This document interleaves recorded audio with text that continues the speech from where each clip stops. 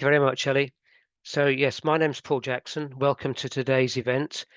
Um, so today's event is getting ready to teach international A-level biology. And the purpose of this professional development training is to help those of you who are thinking about teaching this particular specification, or you may in fact have already started to teach the specification. And so hopefully what we can do is look at how the course can be planned and taught. We'll look at how the specification is assessed and how we can prepare students. We'll have a look at the specific content, the different topics. We'll talk about assessment objectives. We'll look at mark schemes. And then at the end of the event, we'll have a look at the kind of support that is available to you from Pearson. As our host Ellie said, if you do have any questions as we go along, please type them into chat. If you have any problems, please type them into chat. We'll be monitoring the chat. So the easiest thing for me to do is to keep an eye on the chat box. And if any questions arise during the event, then please ask them. And then I will hopefully be able to answer them. So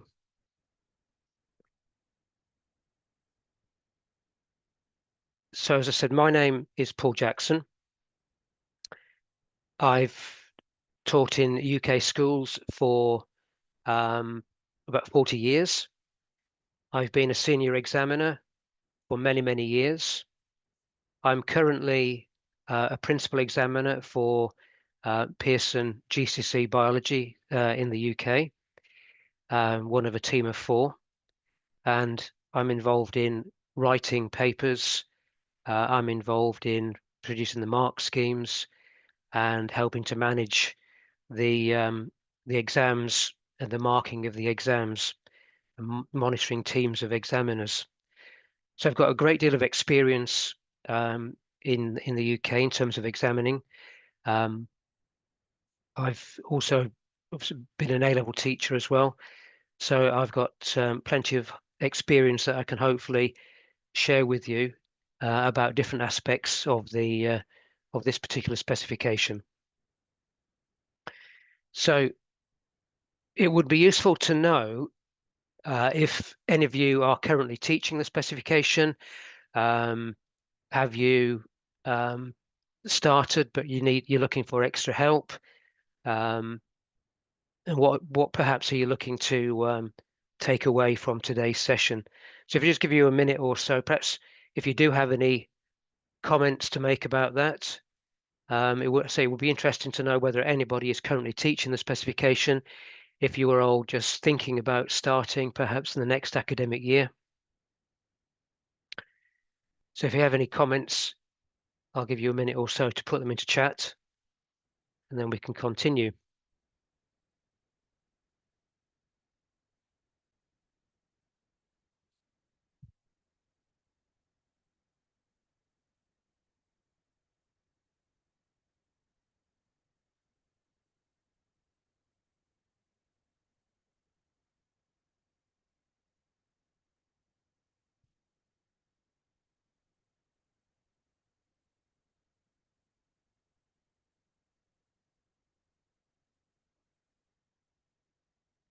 Okay, so it doesn't look as though anyone is currently, right,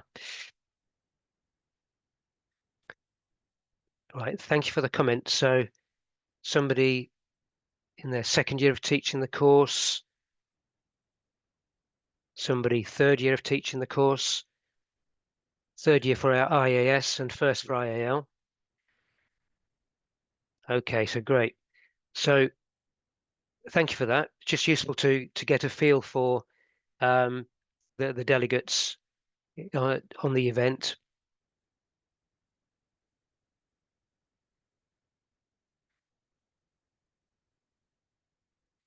Okay. So varying experience and people perhaps wanting to get more information about the mark schemes. That always tends to be something that delegates have a keen interest in.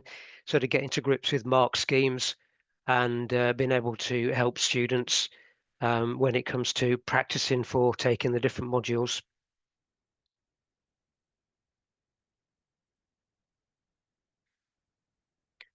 Okay, and then I can see that we have delegates who are perhaps have been teaching um, an exam from a different board, and yeah, okay, great. So thanks for that. I've got gives me a little bit of a heads up to take things forward. Okay, so thank you for that. So as I said, welcome to Pearson. Um, Pearson is the world's leading learning company, and it's the UK's largest awarding organisation. And the qualifications they offer are aligned to the British educational system. Um, so Pearson has a very long international heritage, stretching back over 150 years. Obviously, things are a little bit different 150 years ago, but nevertheless, Pearson have got that long heritage. And today, Pearson partners with schools, universities, and employers worldwide, and they offer world-class, globally recognized qualifications to a very large number of students, 3.5 million or more. Pearson is associated with roughly 6,500 schools, colleges, and employers. In the UK, Pearson marks over 10 million exam scripts on behalf of the UK Department for Education every year. And Pearson operates in approximately 70 countries worldwide.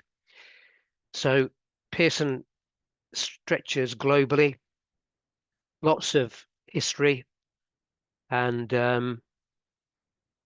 lots of experience. Okay, so today's event is to look at the international A-level biology, looking at one of the most recent comments in chat. You can see people wanting to learn sort of tips and insights that can help the students to improve understanding and retention and performance. So hopefully we can address some of those things as we move forward. So the specification, now clearly some of you are familiar with the specification content. Some of you have perhaps just been focused more on the AS rather than the A2 or IA2. So hopefully we can move forwards. Okay, so the assessment model. There are 6 exam papers altogether. So the IAS, there are 3 papers. The IAL, there are 3 papers. There's a mixture of multiple choice questions, short answer questions, data analysis, practical based questions, and extended response questions. So as we go through today's event, I'll explain more about some of these different question styles. We'll have a look at some brief examples of these different question styles, and we'll link some of that to mark schemes. So on each paper, there's a clear mark allocation and topic focus. In terms of the content, there are 4 main themes. So the first one is lifestyle, transport, genes and health. The second one is development, plants and the environment. The third one is the natural environment and species survival. The fourth one, energy, exercise and coordination. So each of these themes builds synoptic links, which supports progression from A2, AS to A2. So the synoptic links are questions where students are expected to make connections between different topics across the specification. And the synoptic links, particularly, they will appear in the A2 papers. We'll also have a look a little bit later at assessment objectives, of which there are 3.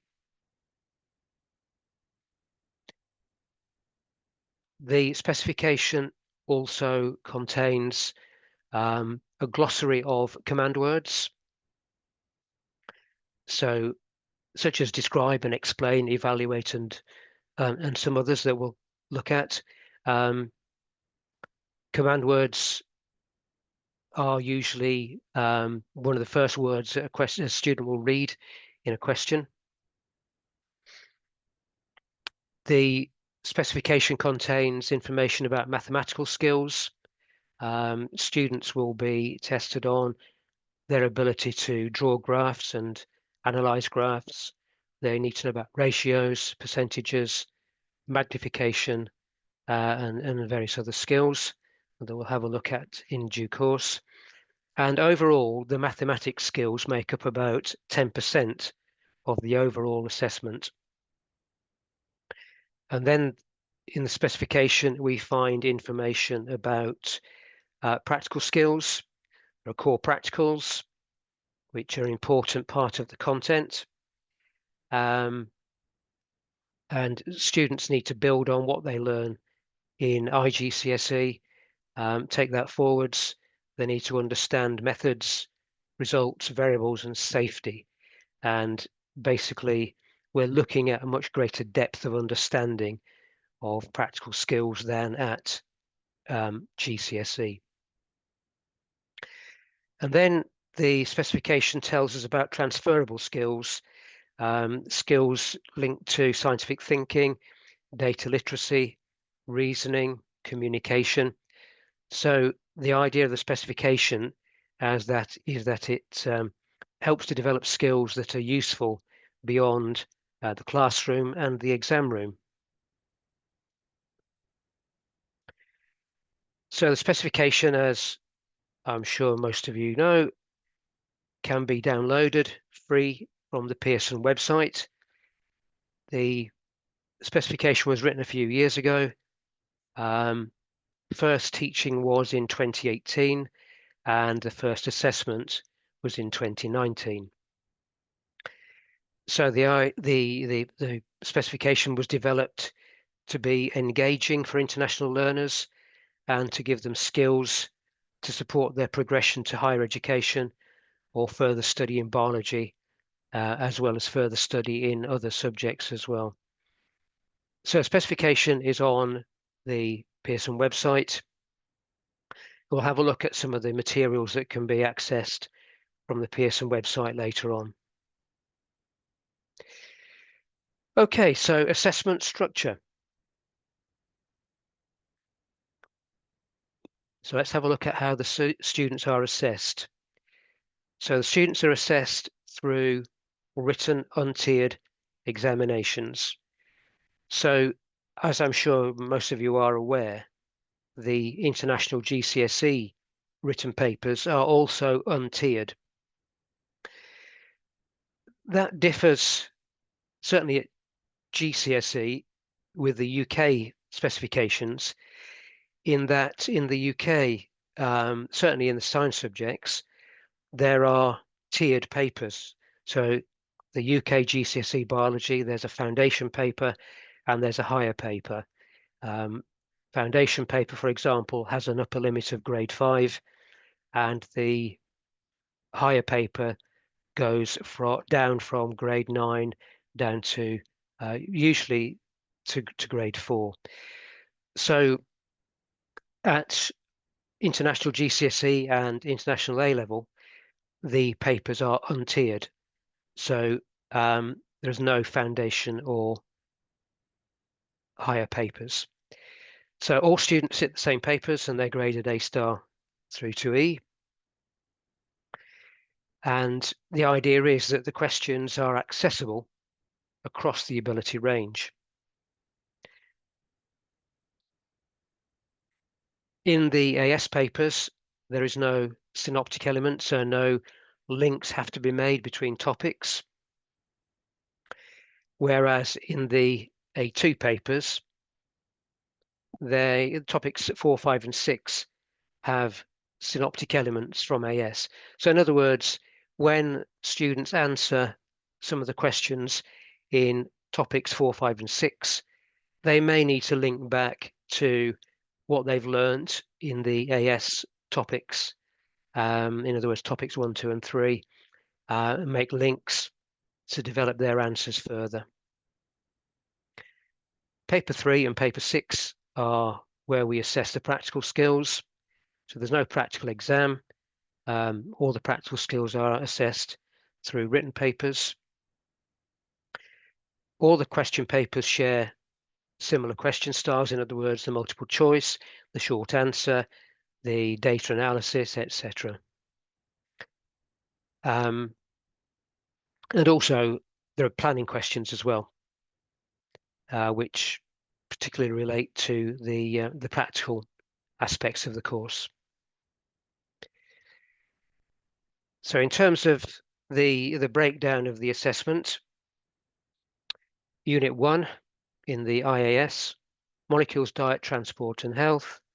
And you can see Unit 1 is broken down into 2 topics, and then Unit 2 is also broken down into 2 topics, and then Unit 3 is the practical skills.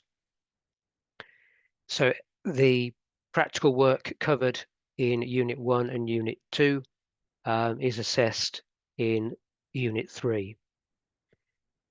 And then the IA2 paper, so Unit 4, we've got, again, there are 2 topics. Unit 5, there are 2 topics. And then Unit 6, the second practical skills paper, that is assessing experimental skills in Units 1, 2, 4, and 5. So that's where some synoptic element of assessment comes in, where students have to draw knowledge not only from what they've been taught in Units 4 and 5, but also they need to be thinking back to topics 1 or Units 1 and 2 as well. So that's the summary of the assessment breakdown.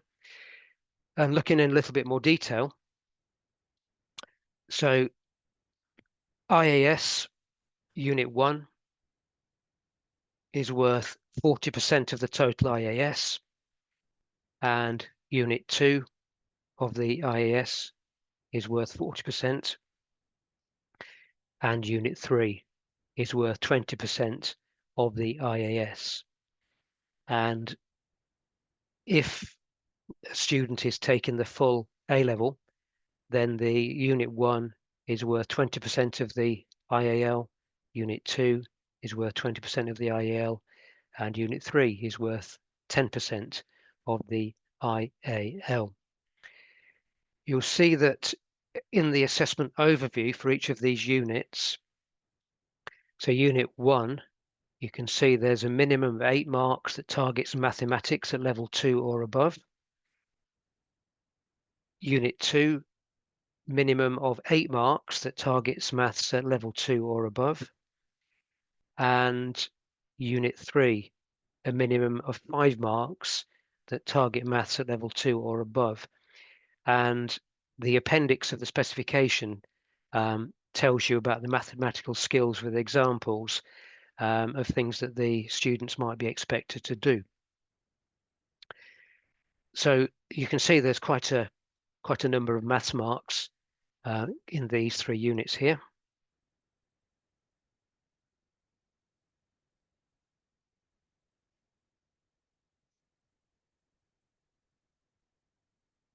Okay, and then the IA2 units, so Unit 4, 40% of the IA2, Unit 5, 40% of the IA2, and Unit 6, 20% of the IA2. Similar pattern of percentages as the AS modules. And again, if you look at the assessment overview, maths marks, minimum of 9 in Unit 4, minimum of 9 in Unit 5, and a minimum of 5 marks for maths in Unit 6. One big difference in question styles between Unit 5 and the other units is that in Unit 5, if you have a look at the assessment overview, it says pre-release reading scientific article.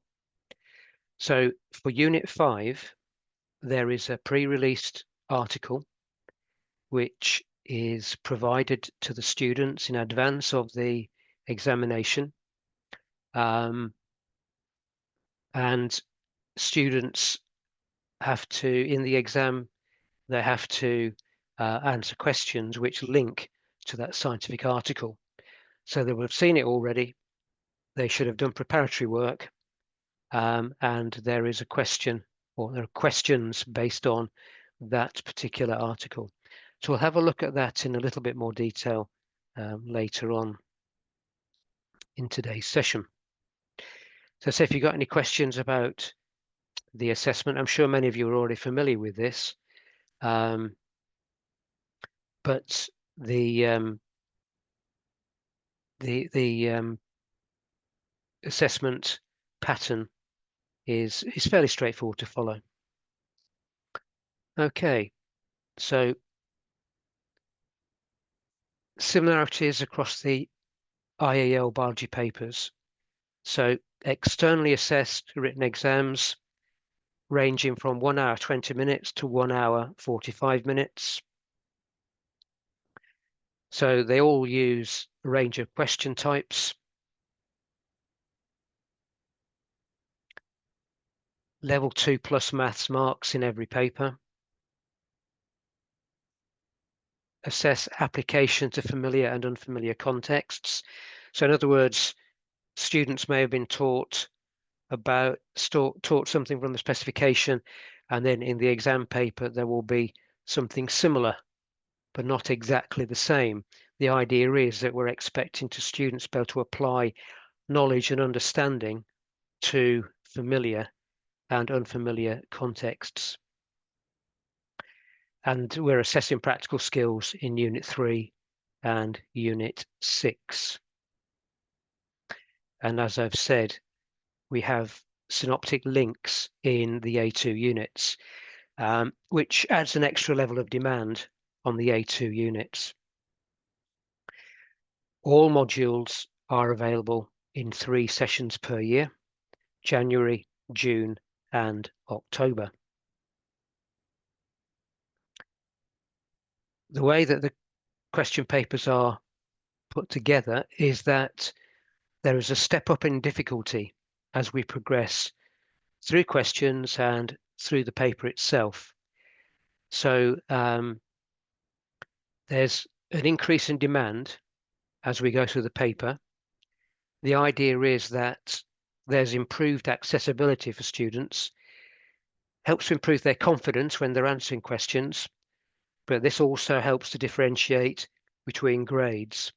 So the weaker students should be able to access the early parts of questions and sort of get a foothold on the question, but perhaps only the more able students will be able to really access the later questions, fully access the later questions on the paper, which become more demanding.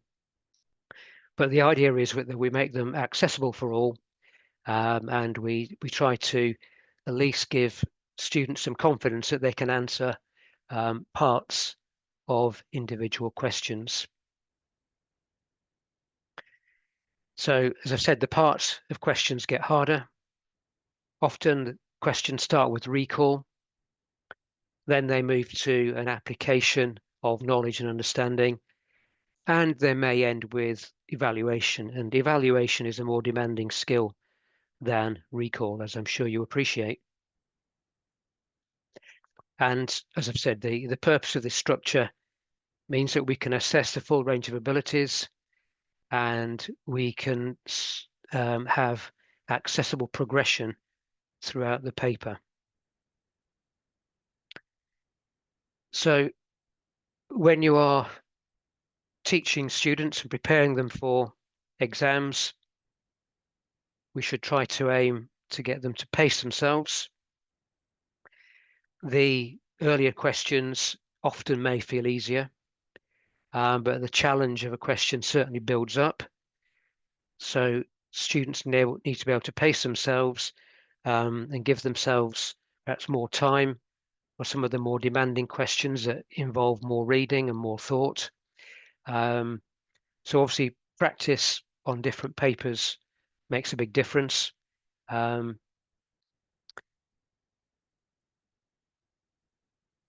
Okay, so I mentioned a few minutes ago that paper 5 involves some pre-release material. So there is a scientific article which is approximately 2,000 words, and the theme of the article can come from any part of the IAL biology specification. So the students receive this article perhaps 6 to 8 weeks before the exam. So it's available to you as teachers via Edexcel online. And then teachers share the article so the students can read it in advance. They may annotate it ahead of the exam, but the idea is that they read and they do further study on this article. And then in the exam itself, in other words, in the paper 5, there's an insert of this article. It's been reissued. And basically, there is one question. Typically, it's question 8 on paper 5. And this question is worth 20 marks. And this is all linked to the pre-release material. So the material should be familiar to the students. They should have been guided in perhaps some focus, a bit more focused research about the article, thinking about the content of the article, perhaps revising some of the basic biological ideas linked to the article so that they come fully prepared into the exam in order to answer the question 8, which it typically is. So 20 marks rest on this short scientific article.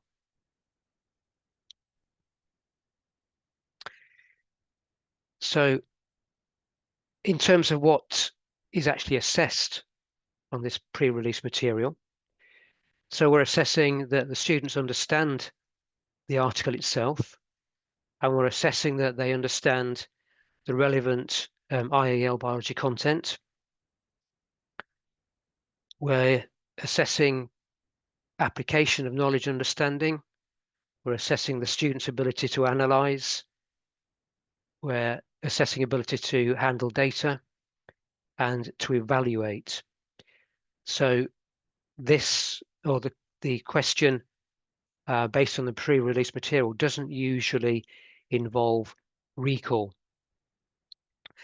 You can get further guidance on these questions, and obviously you can see past papers.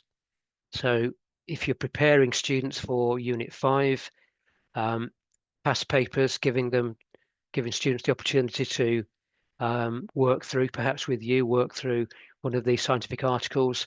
You give them guidance on the relevant biology. Then you look at the associated questions. So hopefully the students become confident with this type of question. It's not a comprehension question. It requires some quite deep understanding of biology. So in terms of preparing students, You can perhaps help teach them to skim through an article, to write some basic notes, in other words, to annotate the article, perhaps to summarize paragraphs into just a small number of bullet points, perhaps.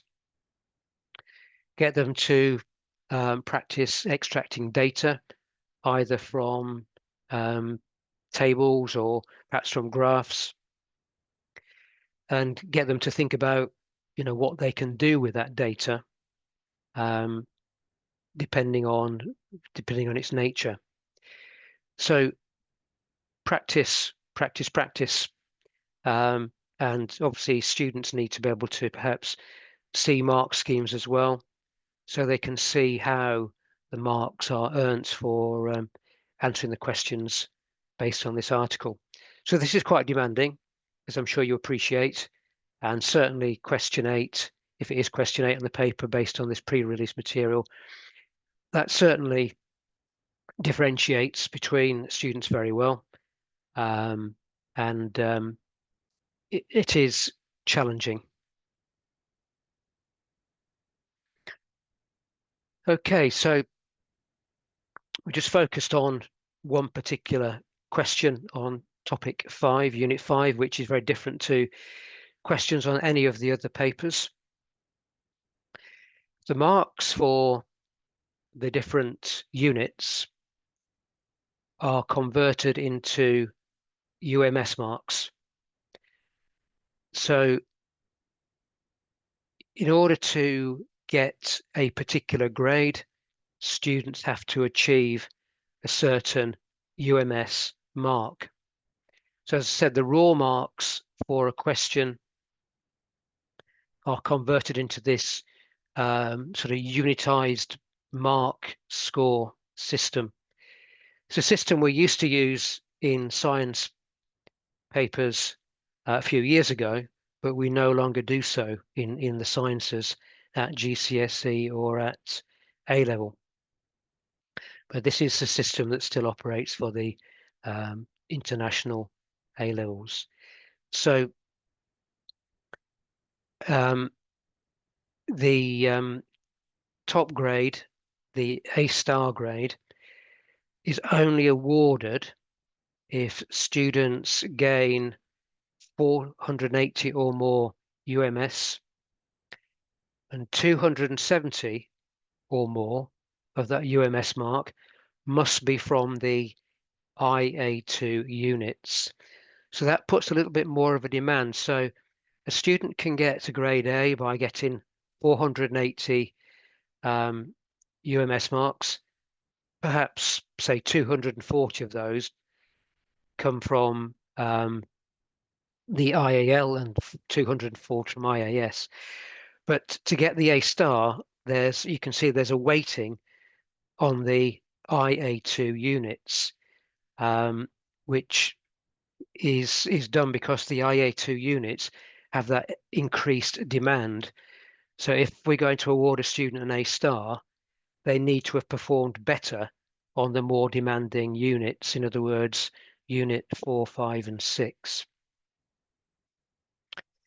So you can convert, you can find this converter on the Pearson website, and you can do this. So the UMS marks and the raw marks, there could be a difference on different units. So you can see this is from a paper, one of the unit 1s, sales development and so on.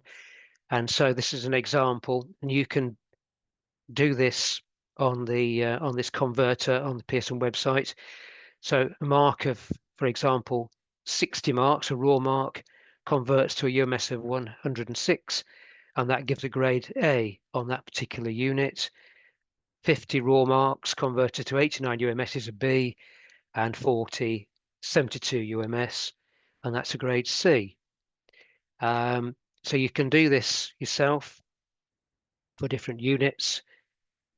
This is a different unit. And you can see there's a difference in UMS. So here, 60 raw marks, UMS of 110. On the previous one, 60 raw marks was a UMS of 106. And on this particular unit, this is one of the IAL units, IA2 units, 60 raw marks, UMS of 110 would actually give a grade of an A star. 50 gives B, 40, UMS 70, grade D. So you can use this converter. So for example, if you're doing some past papers with your students, you can use this converter on the Pearson website. You can pick the particular paper or unit that you've chosen. So whether it's 2025, 2024, whatever, you can pick the paper for every session in the year. So the January, the June, and the October.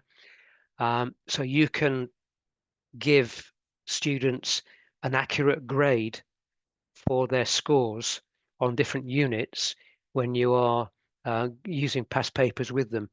So it's quite a useful tool to be able to get some accurate marking, well, accurate grading.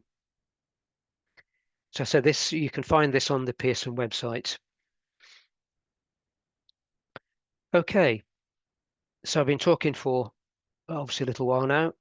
If you have any questions, I'll just give you a couple of minutes to think about that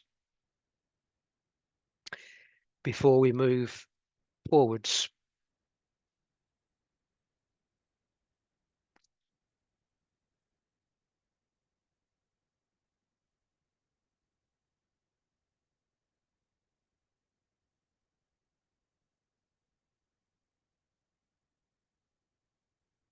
If not, I'll continue in a moment.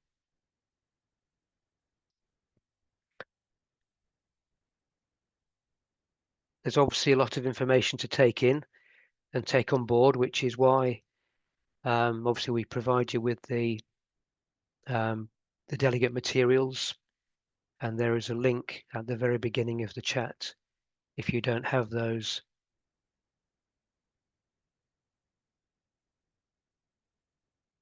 Right, so question, what will be the grade if they get 480 UMS, but it's not enough from IAL? So if the total UMS from the 6 papers is 480 or more, then the students will get grade A.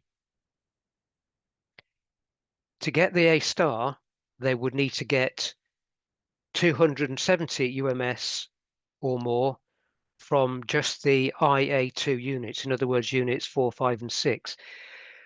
But any, if you like, any 480 UMS will give a grade A. But it won't necessarily give the A star unless 270 UMS or more have come from the IA2 units, in other words, units 4, 5, and 6. Hopefully that answers the question. Good. I think it has. Okay. If there are any more questions, I'll just hold on for a moment before I continue.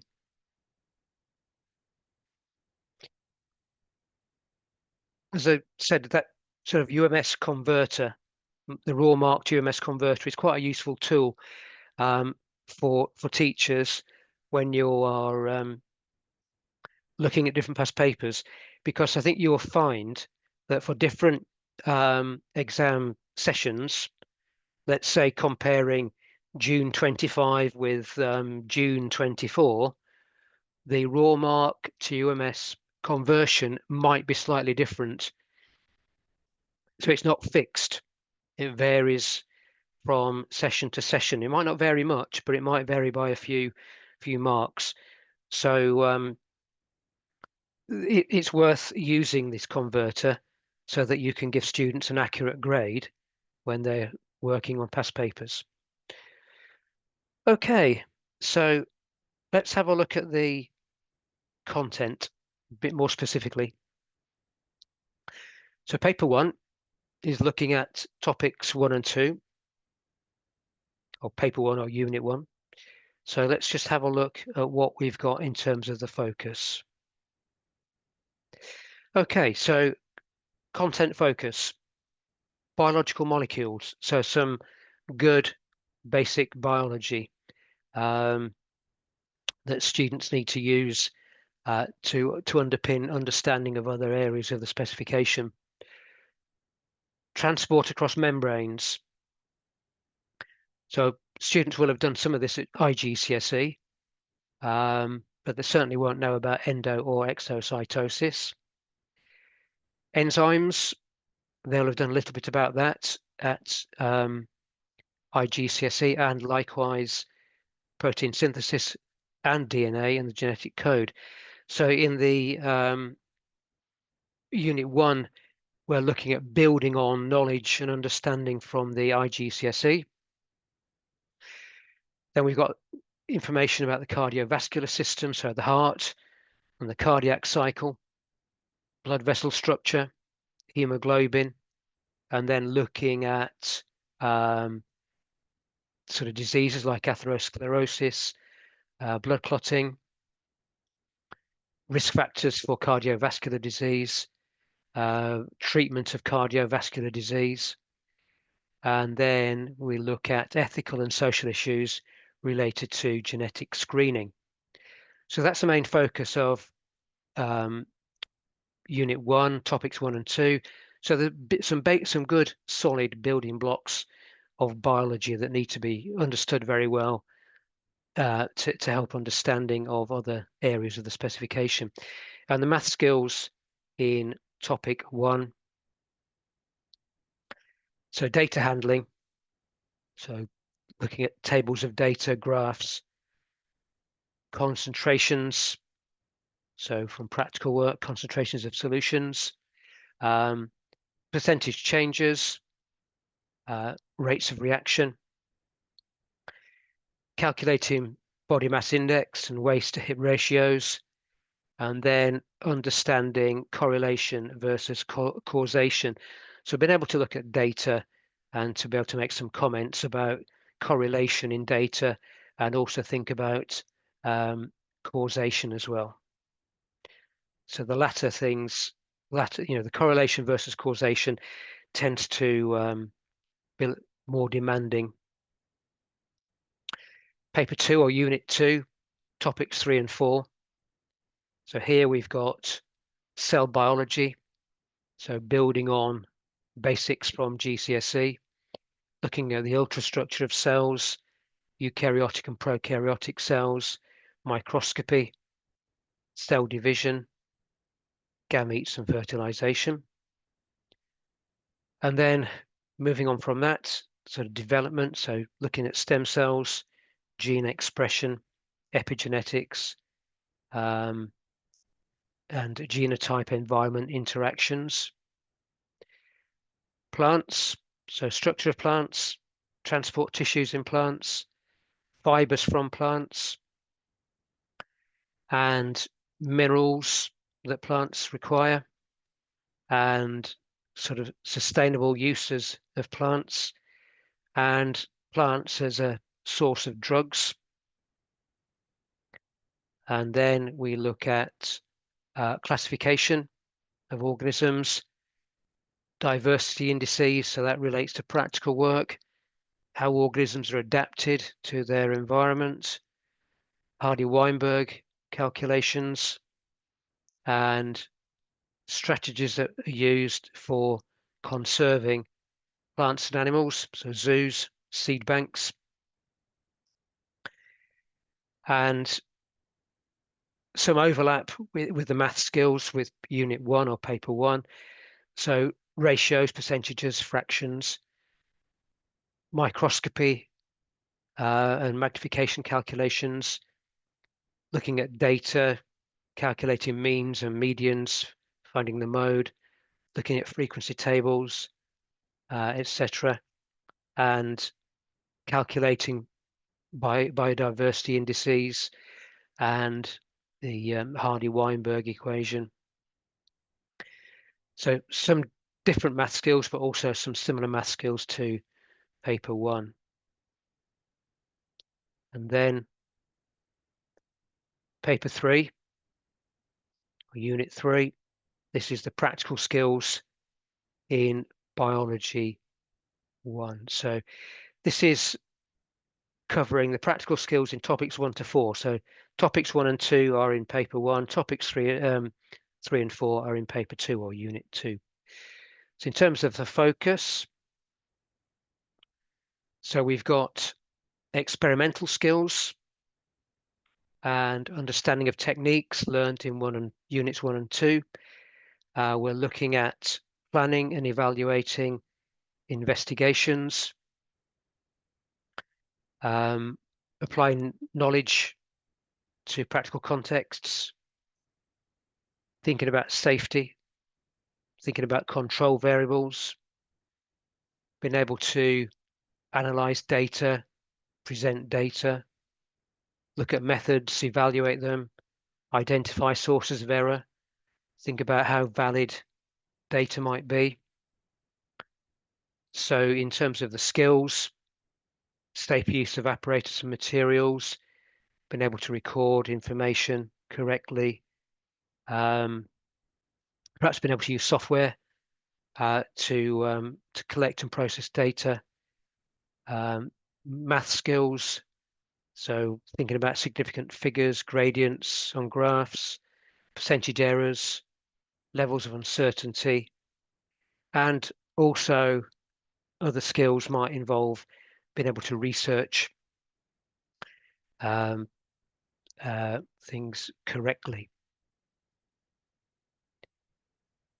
And then paper 4 or unit 4, which is assessing topics 5 and 6.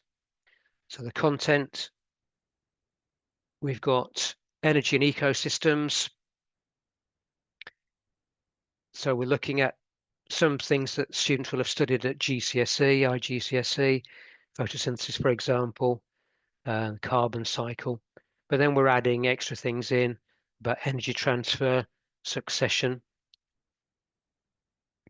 Then we have in evolution of populations. So thinking about natural selection, speciation, looking at modeling the impacts of climate and human influences. Some microbiology. So techniques involving culturing organisms, growing bacteria, thinking about viruses, antibiotics, infections acquired in hospitals. Microbiology is obviously a topic which is difficult for some centres to work on from a practical point of view because of the resources available, difficulty obtaining materials, etc. So I do understand that microbiology, from a practical point of view, can prove to be difficult. Then the last part of paper 4 is about immunity. So the immune response, B and T cells, antigens and antibodies, using vaccines, and sort of the evolutionary race with pathogens. And we've also got some forensics in this paper as well, and some molecular biology. So PCR, electrophoresis, DNA profiling, decomposition, and time of death. So some interesting stuff there. And math skills, so some skills which are relatively straightforward, tabulation and graphing. But then we've got more demanding skills such as exponential and logarithmic functions, using statistics. So some straightforward skills, some more demanding skills in terms of mathematics. And then paper 5, we've got respiration and muscles. So some quite involved biochemistry here, glycolysis and the Krebs cycle and oxidative phosphorylation, etc. So some areas that students do find difficult. And linking to what students have already learnt about the heart, we've got here how the heartbeat is coordinated, ECGs.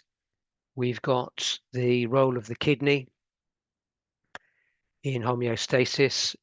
So again, some interesting biology, but some demanding biology at the same time. And then coordination in the nervous system. So some involved biology relating to neuron structure, what happens at synapses, and then in plants, looking at the responses of plants to auxins, the role of phytochromes, role of gibberellins. So a good range of topics there. And sort of finishing things off, gene technology. So genetic modification, recombinant DNA, microarrays, bioinformatics, drug production, using GM organisms. And obviously, as we know, there's been quite a lot of change in areas such as this over the years. So since the specification was written, there have undoubtedly been some changes, and some of our topic content may be perhaps regarded as perhaps slightly dated, but that's inevitable with the rapid progress that we get in science. And then we've also got in this paper 5 some information about health and disease. So how drugs affect the nervous system, Parkinson's disease, depression, MDMA, and hormones in regulation. And again, math skills. So I think apart from being able to analyze ECGs and spirometer tracers, some of the other skills are covered as well in other topics, the math skills. So as you can see, as we go through different topics, the math skills vary. Some are straightforward, some are more demanding. Some math skills are specific to a topic. And then finishing off is paper 6 or unit 6. So paper 6 links quite strongly to unit 3, paper 3, but can draw on all of the other written units. So in other words, 1, 2, 4, and 5. We're looking at students being able to plan investigations, including writing a hypothesis and thinking about variables. Students need to be able to apply their knowledge to new contexts. They need to be able to analyze and process data. They need to be able to evaluate experimental design, so whether it's something they've designed or whether it's a method that's been given to them. They need to be able to evaluate. They need to be able to identify errors and sources of errors. They need to be able to explain how improvements can be made and perhaps explain why those improvements are needed. In terms of the skills developed in this particular unit, so it's about using apparatus and techniques safely and correctly, being able to record, tabulate, and graph data. And they need to be familiar as well with logarithmic scales on graphs. They need to be able to give answers to a certain number of significant figures. They need to be mindful of the units associated with different quantities. They need to be able to perhaps calculate gradients from graphs. They need to understand how some instruments can be calibrated. And they need to be able to use software to process data and to research information, giving correct citations. So paper 6 or unit 6 is an all-encompassing unit and obviously quite demanding. So perhaps some things for you to just think about and comment on. So we've got 6 units, each split into 2 topics. Well, unit 1, unit 2, unit 4 and 5 split into 2 topics. So do you have any comments about topics that your students find challenging and perhaps why you think they find those topics challenging? And are there any specific things that you've perhaps done to help students in the past. I appreciate that the range of experience on today's event is varied, but any comments about topics that students find challenging and perhaps what you've done to help them would be just useful to share. So I'll pause for a moment and give you a chance to perhaps put any comments into chat.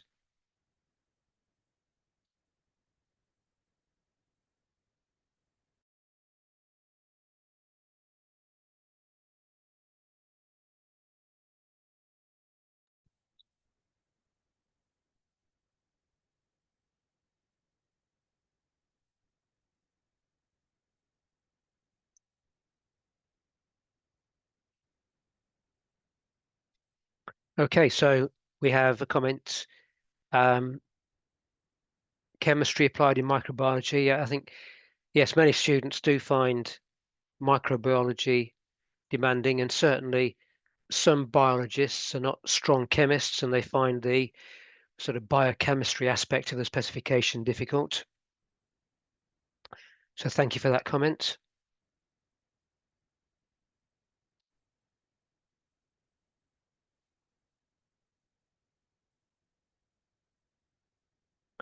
Okay, so we have another question. Any tips on how to help students in carrying out practicals smoothly? And then we have another comment. Students struggle in paper 3. So two comments there about in the chat about practical work really. So tips in helping students to answer to do practical work smoothly. So obviously the facilities that you have in your individual centres will vary. I think in terms of helping students to carry out practicals smoothly, I think they need to develop confidence.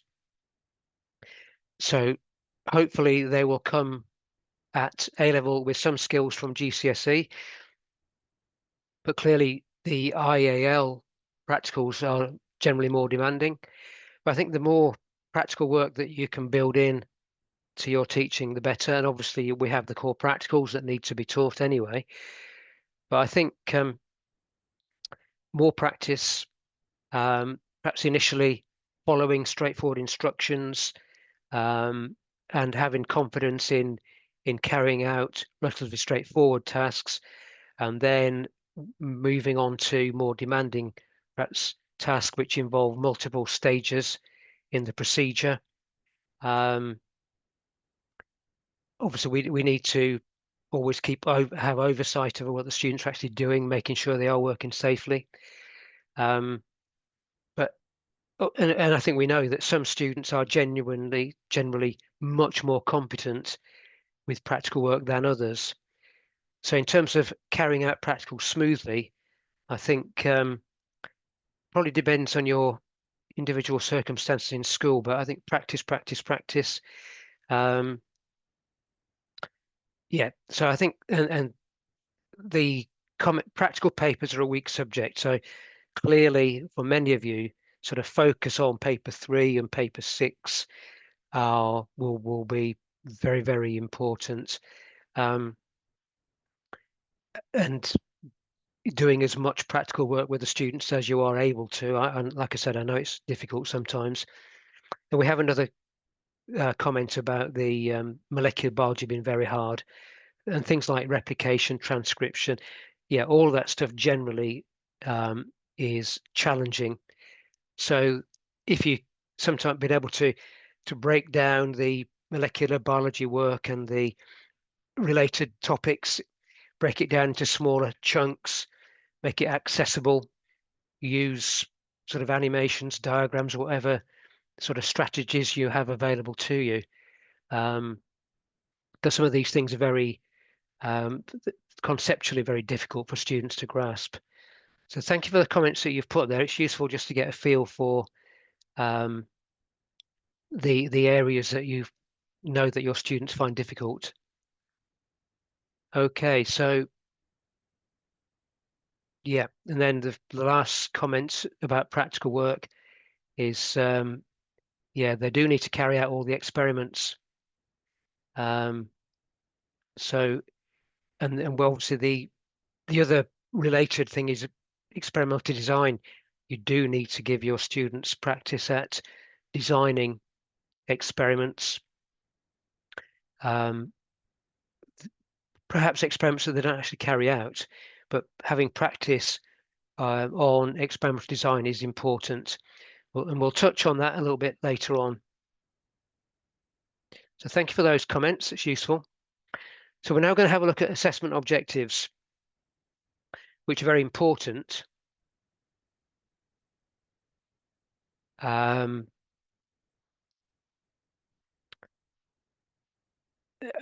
assessment objectives very important in the design of the exam papers. So there are 3 assessment objectives. The first one, AO1, is about demonstrating knowledge and understanding of science. So you can see that the relative weightings on the papers varies. So on the IAS papers, AO1 has a weighting of between 36 and 39%. On the IA2 papers, in other words, topics or units 4, 5, and 6, it's lower, 31 to 34%, and the overall IAL 34 to 37%. AO2 is split into 2 parts. So we've got the application of knowledge and understanding in familiar and unfamiliar contexts. You can see that in the IAS, the weighting is just marginally different to the IA2 and the IAL. But the AO2B, the analysis and evaluation of scientific information to make judgments, reach conclusions, you can see that in the IAS units, that's got a much lower weighting of between 9 and 11%, whereas on the IA2 units, units 4, 5, and 6, the weighting is greater, between 14 and 16%. That makes the IA2 units more demanding. And overall, for the A level, the weighting of AO2B is between 11 and 14%. Then AO3, you can see, is the same weighting across IAS, IA2, and the full international A level. So when we write exam papers, we have to write the questions so that the weighting of these assessment objectives fits in with the parameters that we can see here. And this information is drawn from the specification. So it's something that you can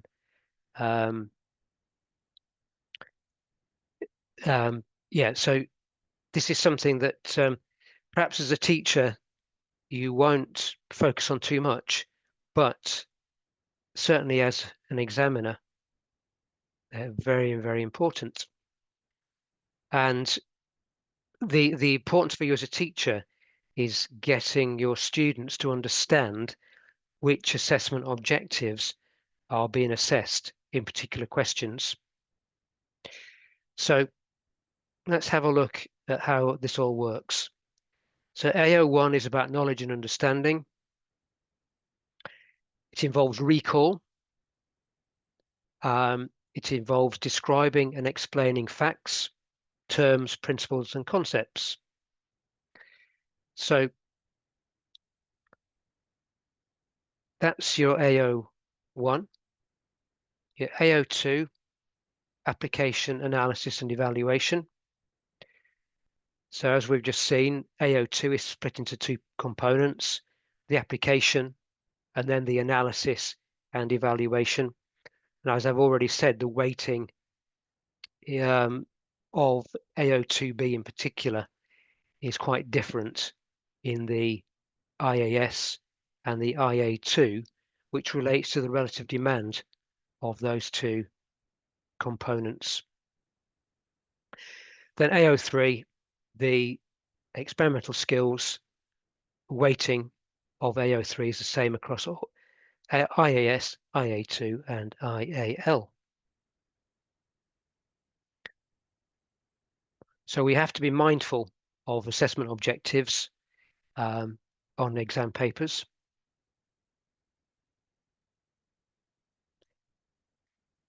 We need to be aware that all assessment objectives are tested on the papers, not just recall.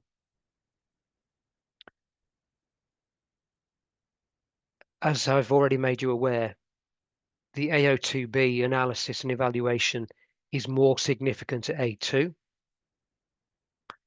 and the AO3 is embedded across all of the written papers. And obviously the practical focus units, in other words, Unit 3 and Unit 6, assess AO3 more directly. But you can have sort of a recall question related to, for example, a core practical, which therefore assesses AO3.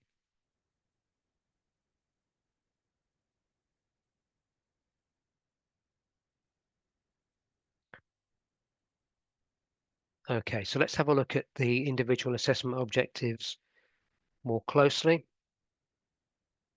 So AO1, as we said, it's about showing what you know and understand, being able to remember facts, definitions, processes, and concepts accurately. So many students, they like this aspect of learning because they find it straightforward. And obviously it favors students who revise very thoroughly and like to get sort of on top of the detail of different topics.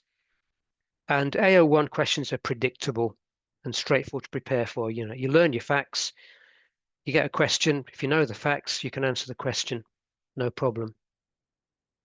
But the thing to bear in mind is that no matter sort of how many facts students know, how many definitions they give correctly, etc., they will not get top marks in an exam paper because they also have to be able to apply knowledge and understanding. They have to be able to analyze, and they obviously have to be able to know about all the practical skills as well. So good AO1 skills will only get students so far. These are typical AO1 questions. So the first one is just completing a passage by writing words in the gaps. Then we've got describing the roles. So this is using recall. Students need to know about messenger RNA, transfer RNA in protein synthesis. So it's recalling knowledge. And the last question at the bottom of the screen, name two stages in protein synthesis in the order they occur. Again, it's recall of knowledge. Students learn about protein synthesis, and here they are being asked to recall knowledge. And the first question is just knowledge about DNA and RNA. So typical AO1 questions, you see the command words, you've got complete the passage, describe, name. So very straightforward command words. Then AO2, application. So we're looking at different scenarios. We're looking at novel situations, in other words, situations students haven't come across before. These AO2 questions are often linked to graphs and data. Command words different to AO1, or could be similar. Explain could be used in some AO1 questions, but apply, explain, predict, suggest. So different range of command words often associated with these questions. And questions based on AO2, they're always based on the content of the specification that the students have been taught. They are never based on content that the students have never seen. The students, though, often think that they've they are perhaps been shortchanged because they might come out of an exam and say, well, you didn't teach us about whatever. And your answer is, well, you were taught about whatever it may be. So, for example, transport systems or enzymes. And the idea is that students just use and apply their knowledge of, say, enzymes to an unfamiliar situation. So they've got all the knowledge, they just need to be able to apply it to an unfamiliar situation. But this makes it more demanding for many students. So students need to obviously practice, and they need to become confident in applying their knowledge in unfamiliar situations. They need to think about links between units. So this is some of the synoptic elements of assessment. So linking respiration, say, to exercise physiology and plant transport and sustainability. So practice of different styles of question, becoming confident in applying knowledge to unfamiliar situations. So it's not just recall, it's about, can a student transfer knowledge from one situation to another, which is exactly what a real scientist has to do. So we've got some typical AO2 questions. So the one with the graph, the command words compare and contrast. The question at the bottom, command word is suggest. So students are having to apply knowledge to unfamiliar situations. Obviously, they will not have been taught about the mimic octopus and flatfish and venomous sea snakes. And then the question on the right-hand side, hermaphrodite organisms. And again, we're using the command word suggest reasons. And as you see, sometimes we help students with the structure of their answers, such as at the bottom where we give 2 sections for them to put their answer in. Question on the right, 3 marks. There would probably be about 6 lines for that. So this is these are typical AO2A questions, applying knowledge to familiar situations. And then AO2B, the analysis and evaluation. So it's more than just applying knowledge. It's about interpreting information, sort of critiquing it, looking at evidence, weighing up evidence, coming to conclusions, being able to analyze data, perhaps mathematically, thinking about experimental design, validity of data, how reliable data might be, significance. So looking at statistics there. And again, the command word slightly different. So analyze, evaluate, assess, justify. So these hierarchically, these are more difficult, more challenging command words. And the responses that students give may involve several steps. It could be that there isn't just one correct answer, but the students have to justify a conclusion. So they have to look at evidence, weigh it up, and then come to a conclusion based on that evidence. So the mark schemes for these kind of questions can be quite challenging to apply, because we've got to try to think about the wide range of responses that students might actually give to a particular scenario. So AO2B, much more demanding, more emphasis on this in the IA2 paper than on the IAS papers. So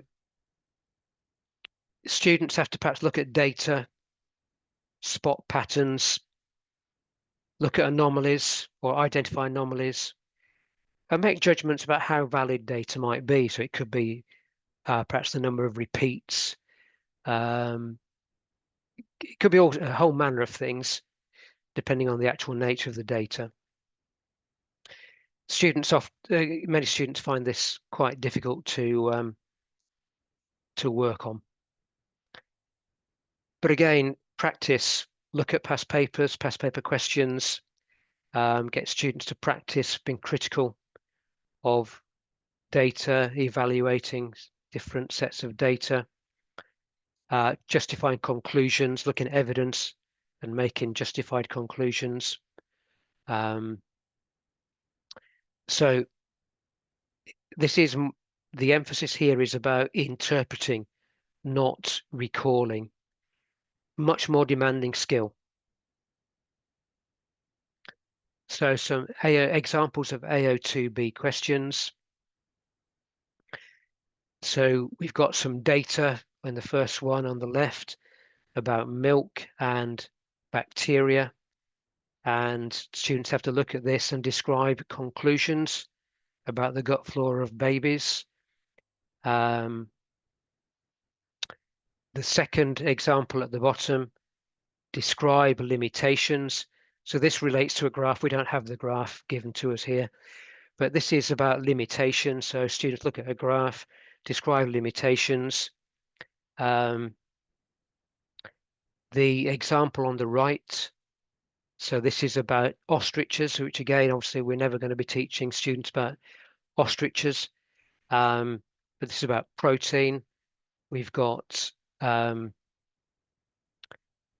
data given to us, means of muscle mass with standard deviations. So students need to be able to understand and interpret standard deviations, and then look at that data and state conclusions that can be drawn from it. So they'll need to think about those standard deviations and think about, are there significant differences between them being mass of muscle or not, etc., etc. So quite demanding, requires a good, solid solid mathematical skills, which for some students is easy, for others much less so. And then the very last question there at the bottom, comment on the validity of the conclusions. So demanding questions. So like I've said, the more practice that you can give students, the better. Okay, and then looking just in more detail at AO3, the experimental skills. So this is, in terms of analysis and evaluation, this is looking at the data and methods that have been used to collect information. Again, making judgments about validity of information and so on. And this is all applied to practicals, but not just limited to core practicals. So it could be a practical given to the students, which is similar perhaps to a core practical, but isn't actually the core practical. But all of this is linked in some way or another to a practical. So there is focus on variables and controls, interpreting data and conclusions. There may be questions about improvements and limitations and so on. Experimental design. And we are looking at some of the higher level command words, such as evaluate, discuss, justify.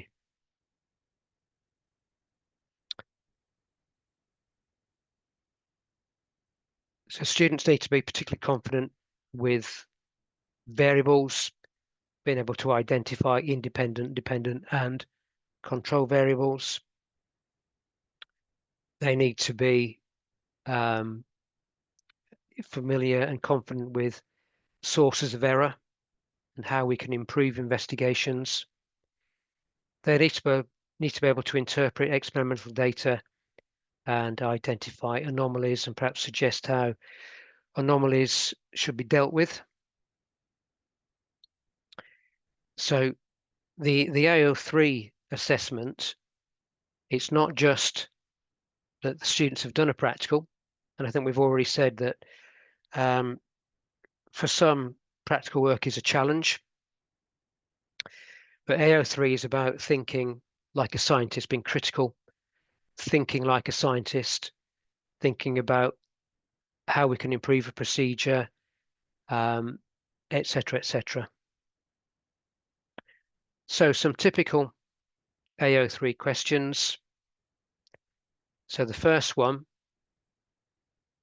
on the left is about cheek cells, and we've got a question asking students to describe a procedure for the accurate determination of the diameter of cell A.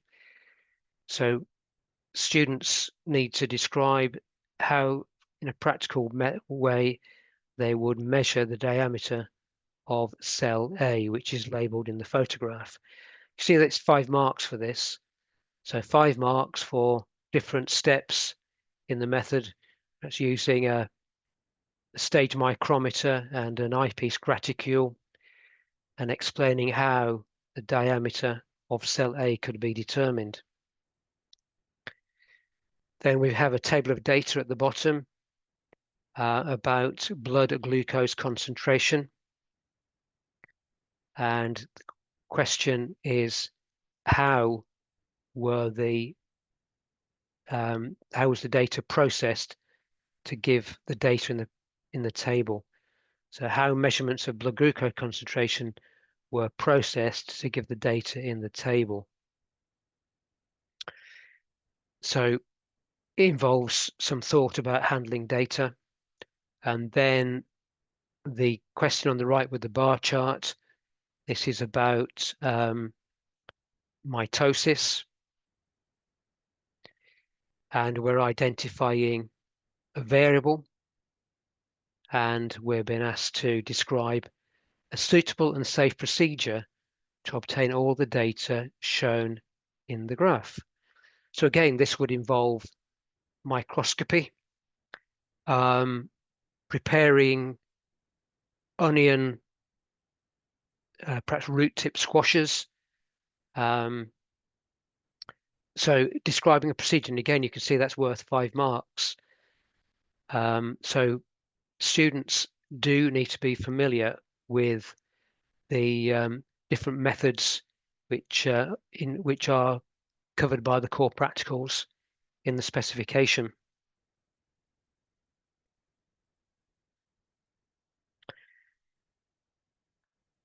Okay, so I'll give you perhaps a pause for a moment. I think we've probably said how we can help students to improve in these different assessment objectives. But if you have any additional thoughts, perhaps share them with us, please. I'll just pause for a moment, give you a chance if you want to make any comments, just to put them into chat.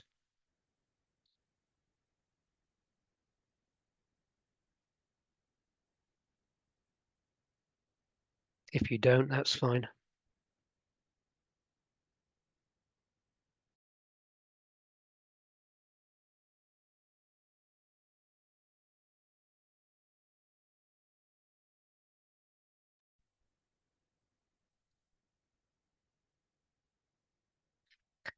Yeah, so for AO3, need lab activity.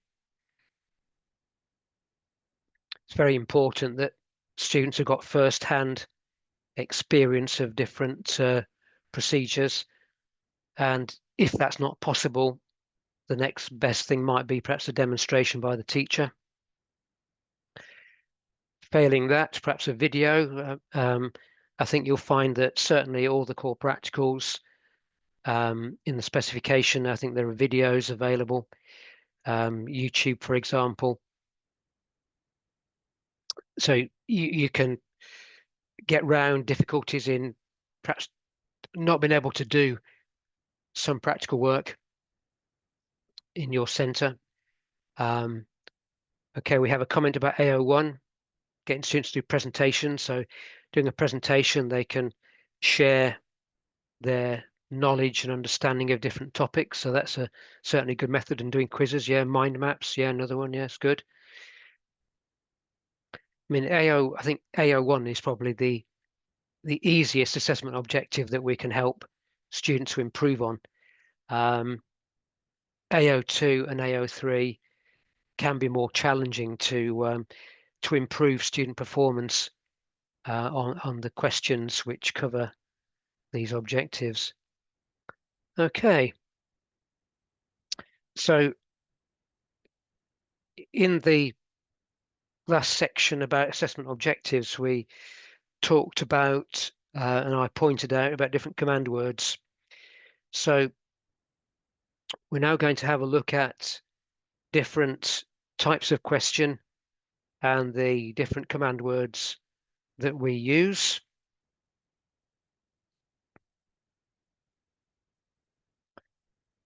Okay, so we said earlier on that students encountered different question types across the papers,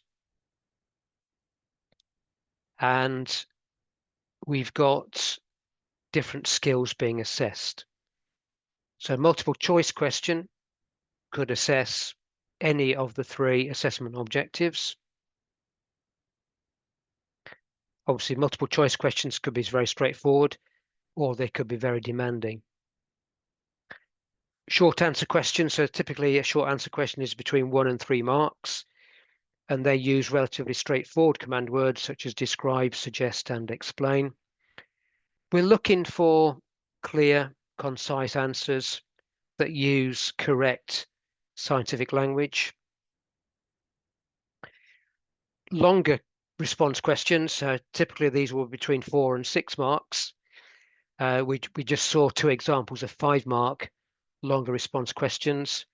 So these could be explain questions, evaluate, discuss, or planning questions.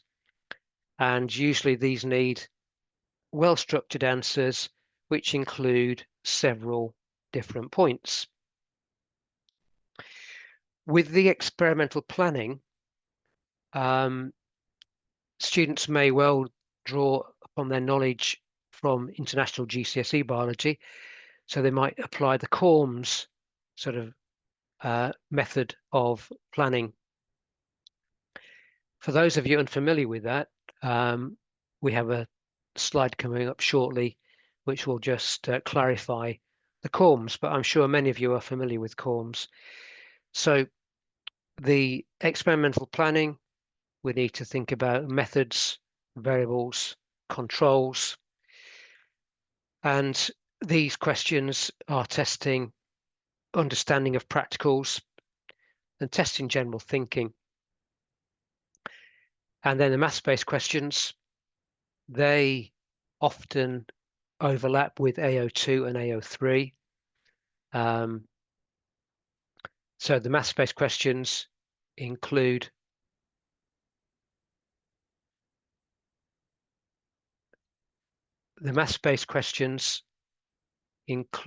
obviously calculations, drawing graphs, analyzing data. Could be some statistical data. We have the pre-release material that we've talked about already.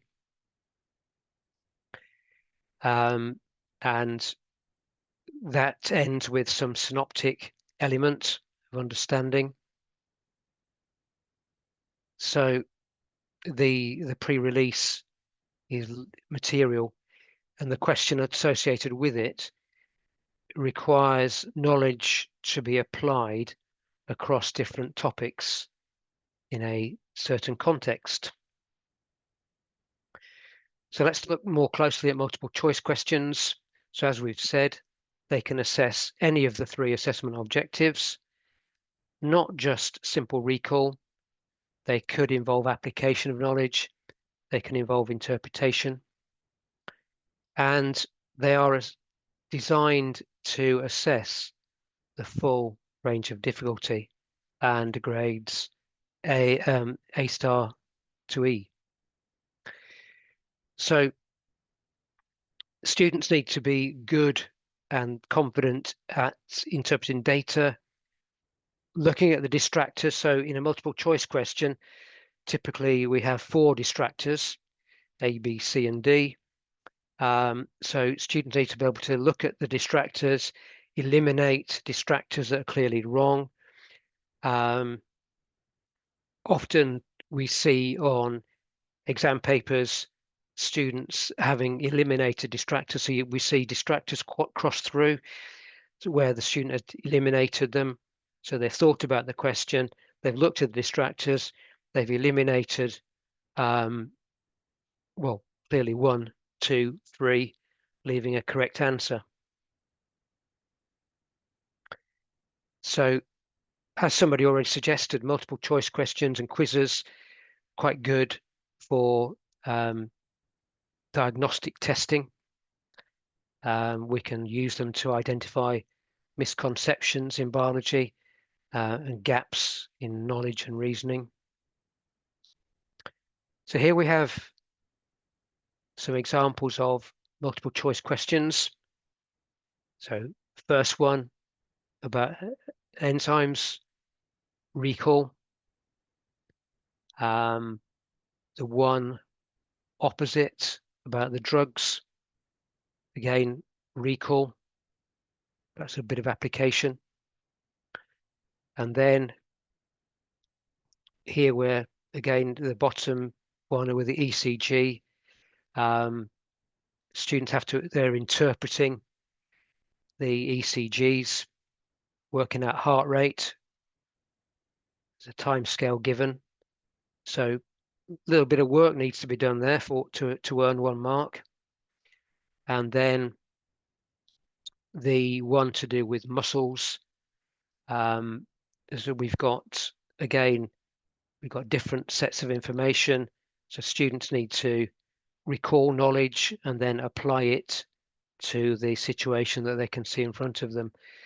So clearly, some multiple choice questions do require a lot of thought, and they do sometimes take a little bit of time to answer if you're sort of synthesizing all the information in front of you and then working through and eliminating the distractors before you arrive at an answer that you're happy with. So multiple choice questions can be very demanding. Short answer questions. We're looking for answers that are short, precise, concise, and use correct scientific and biological language. Typically, short answer questions test AO1 and AO2, but also they can assess AO3. We do not require long sentences, just accurate, credit-worthy points. So bullet points, perfectly acceptable. Probably not single word answers, but students don't need to write in long sentences. They don't need to repeat the stem of the question. Typically, many students repeat the stem of the question at the beginning of their answer. Obviously, that's not necessary at all. Something that through practice that you can hopefully get them to stop doing, because it wastes time and it wastes answer lines as well. So bullet points are perfectly acceptable. Helps with structure, helps to organize thoughts. And clearly the number of points a student makes should link to the number of marks available for that question. So 2 bullet points, 2 marks, for example. So some examples of short answer questions. So here we've got an explain question worth 2 marks. And then we've got another explain question worth 2 marks about chromatids. And then at the bottom, we have a state. So students have to state what is meant by the term linkage with reference to two genes. So that's recalling knowledge. And then we've got an explain question worth 3 marks. And we have a describe question worth 3 marks. Clearly, you're not seeing the full extent of some of these questions. We're just seeing sort of the part of the question where we've got the command word. We're not seeing some of the introductory material to the questions. And then the very last question, bottom right, give the names of. So here, students just have to recall the names of the domains and write them down. And they have to give, in that example, they have to give both names for 1 mark. So that's not sort of 1 point for 1 mark. It's they have to give both names to earn the 1 mark. So some typical short answer questions. Typically there might be perhaps 2 answer lines per mark. That will vary, but typically 2 answer lines per mark. The longer answer questions vary between 4 and 6 marks. So some of the mark schemes for these questions are points based, as are the short answer questions. In other words, student writes a point, they gain a mark for each valid point that they make. And as we said, we don't necessarily need full sentences. It could be short bullet points. And then some questions are marked using a levels-based mark scheme. And in topics 1, 2, 4 or units 1, 2, 4 and 5, there are 6 mark questions that use a mark scheme that has 3 levels.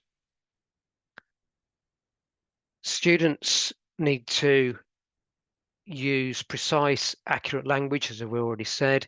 I've already said that bullet points are acceptable. It's about writing clear answers.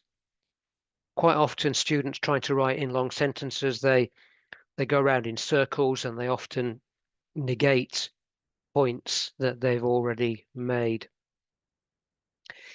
So students should look at how many marks are there for the question, not worry about the number of lines. It doesn't matter if they don't use every line available. We try to allocate a certain number of lines, as we've said, but we're not expecting candidates to necessarily use all of the space available. Spelling is clearly very important and the use of correct terminology, but we do accept phonetic spelling unless there could be confusion with another word.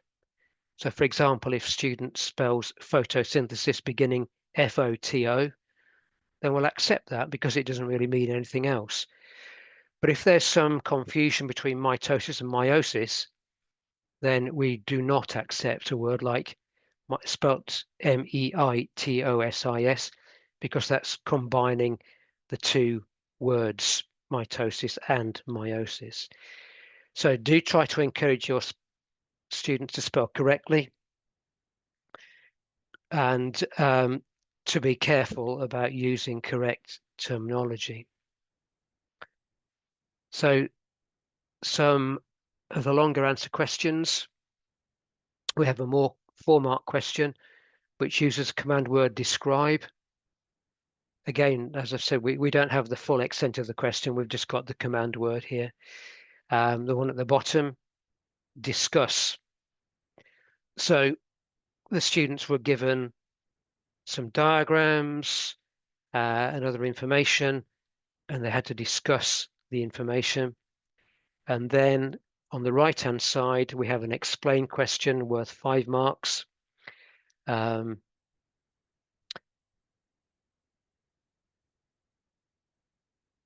The extended response question So marked with a levels-based mark scheme, not point by point. So just going back to this, the 4-mark question here will be used marking a points-based mark scheme. The 5-mark question on the right will typically be marked using a points-based mark scheme. So if a student writes 2 correct points, they get 2 marks. If they write 5 correct points, they get 5 marks. But the 6-mark discuss question would likely be marked using a level-based mark scheme. So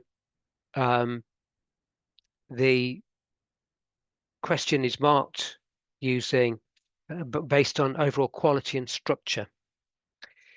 So there are 3 levels, and they reflect the breadth of the answer, the depth of the answer, and the use of correct terminology. So it's not a matter of one fact is 1 mark. It's looking at how the ideas are linked together and developed. So a student might perhaps, once they've answered one of these questions and it's been marked by yourself or perhaps externally, they might think, well, they used all the space available. They wrote a lot about the question to try to answer it. But that's not what it's about. It's about being able to answer accurately, in depth, and also showing breadth of ideas, writing clearly. So it's not about the extent to which they write. It's about accuracy, depth, range, breadth, clarity. So in terms of answering these questions well, these 6-mark questions well, students need to use A-level terms correctly. They need to try to bring in ideas from different topics. In other words, this shows synopsis. In other words, making links. And clearly they need to practice writing answers to these kinds of questions, so they have confidence when they have to do it for real in the examination. So I said a few minutes ago that in the AO3 planning questions, students need to or can use the idea of CORMs from IGCSE. So let's just put all the information up and then we can see what we're doing. Okay, so AO3 questions may involve planning an experiment in an unfamiliar context, a context that's not based on a core practical. So students just have to apply the principles they've been taught. So the CORMS framework that they will have learnt at IGCSE, that framework can be applied to produce an effective plan. So if you are not familiar with the CORMS framework, so the C stands for change, what's going to be changed. The O is what organism has been used or subject. I mean, for example, it might be an enzyme. R for repeating. M for measuring, what's been measured before, after. So students should specify units, give time intervals, and so on. They need to give variables that are going to be controlled. They need to be specific about these variables.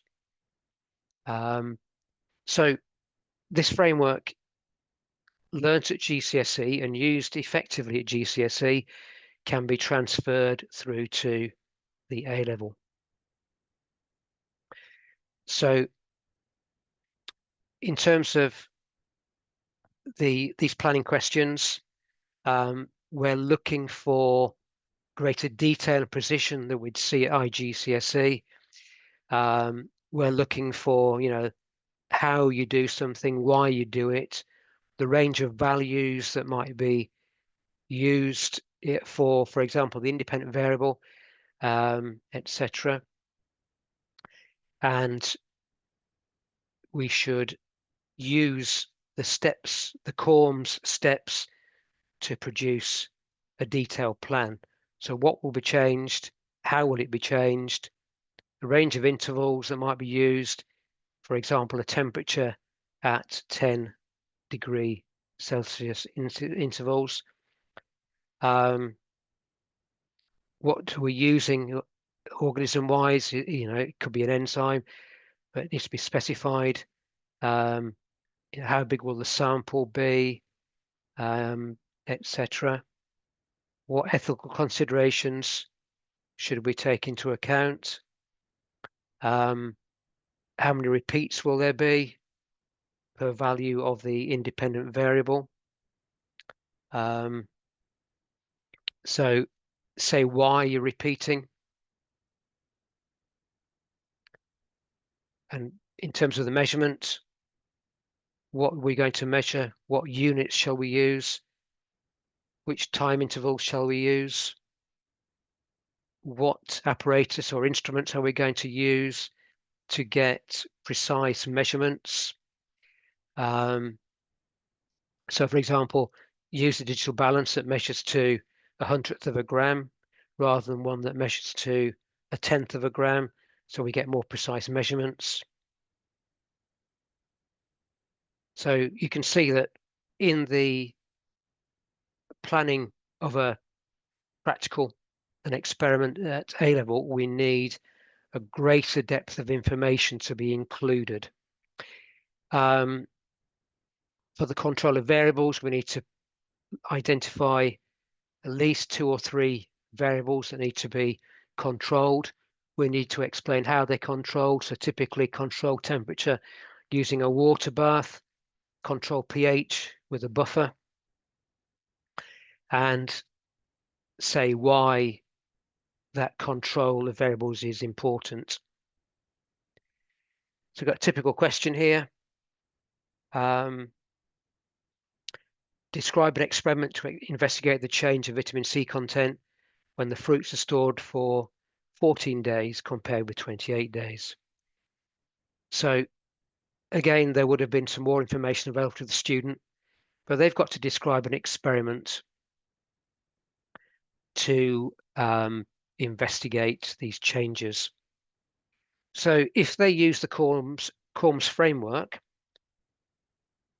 inevitably they should get some marks, but the depth of information they provide will determine exactly how many marks out of 6 they're actually going to achieve. So here we have an extract from the mark scheme. So we've got some of the variables, so temperature, methods used to extract vitamin C, using DCPIP to measure vitamin C, using a titration, and so on and so forth. So you can see that the mark scheme is quite detailed. You see there's a vertical line and there are some points made on the right of that vertical line. So these are comments which are additional guidance that what can be allowed. So things allow things about, for example, crushing, blending, filtering, using a pestle and mortar to extract the vitamin C, etc., etc. So this is giving the examiner or you as a teacher some additional guidance about how the answer can be marked. And we have another question here. So we've got an aquatic plant, Kabomba. Students given some information about it. A student has written a hypothesis, and the question is plan an investigation to find evidence support or reject this hypothesis. So the hypothesis is low light intensity reduces the rate of photosynthesis in Cobomba aquatica. So the students have to plan an investigation that looks at the effect of light intensity on the rate of photosynthesis. So one would assume that students have actually done some practical work using an aquatic plant, or at least perhaps in a video or something. So I think there might be a bit of a mark scheme for that. Yes, there we go. So again, you can see there's quite a lengthy mark scheme. This is a points-based mark scheme, as is the one on the left. So we've got some information about variables, how the gas can be collected, the gas produced by the photosynthesizing Cobomba can be collected, how light intensity can be changed, for example, acclimatization times, repeats, controlling temperature, a whole range of different things. So again, you've got a detailed mark scheme, and on the right-hand side of that mark scheme, you've got additional information, additional guidance that gives you some help in determining whether or not marks should be awarded or not. So lots of help given there in the mark scheme for you. So I said these are points-based mark schemes, 1 mark for 1 point. And in these examples, students, for example, need to score 6 marks. Okay, so the command words, spoken at length really about command words, but sometimes there is confusion between what's expected by a student. So for example, sometimes they confuse describe and explain.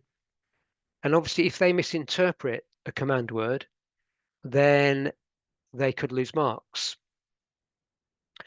There is a common taxonomy used by Pearson for all of the international A-level sciences, and that's in the appendix of the specification. So depending on the demand of the question, then the command word used will vary. So I'm not going to go through all of these, but this is an extract from the specification of all the command words. Some are straightforward enough, such as describe and explain. Name, for example, oh, name's not on this particular one.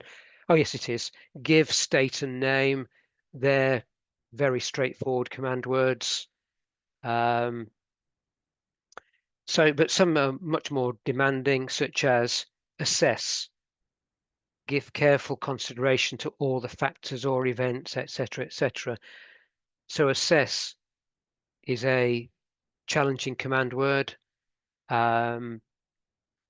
Things like discuss, also more challenging. Evaluate is more challenging.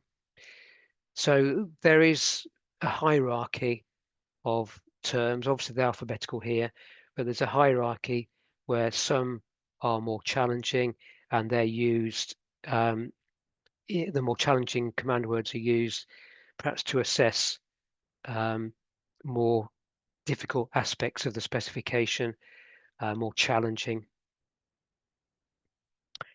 And here we've just got a very simple graphic showing the command words with their different cognitive demands.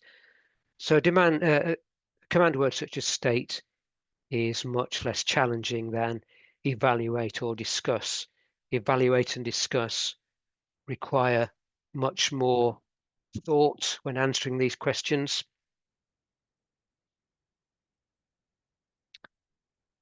Okay. So in terms of just a pause, I'm sure that from your own experience of working with students, you do know that some students have difficulty with certain command words and they do misinterpret them. So if we can teach the students how to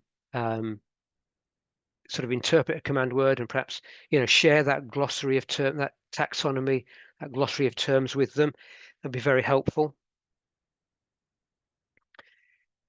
Yep. Okay. So I'll just pause for a moment.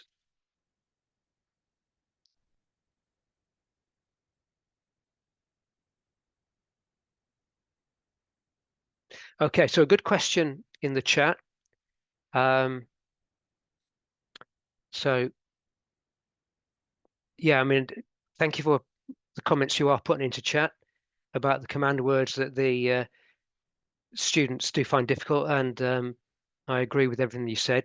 But a good question, which I'll just read out. So um, if a 5-point question has more than 5 points on the mark scheme, does the student get full credit for answering any 5 points, or do they need to answer all of the points? So I've just lost it. To get full credit. So if there are, say, 7 points on the mark scheme and the question is worth a total of 5 marks, then any 5 points can be scored. Yeah, so they don't have to get all of the points for full credit. They can score any 5 points out of 7 out of 8 to get the full marks. But that's a good question. Yeah.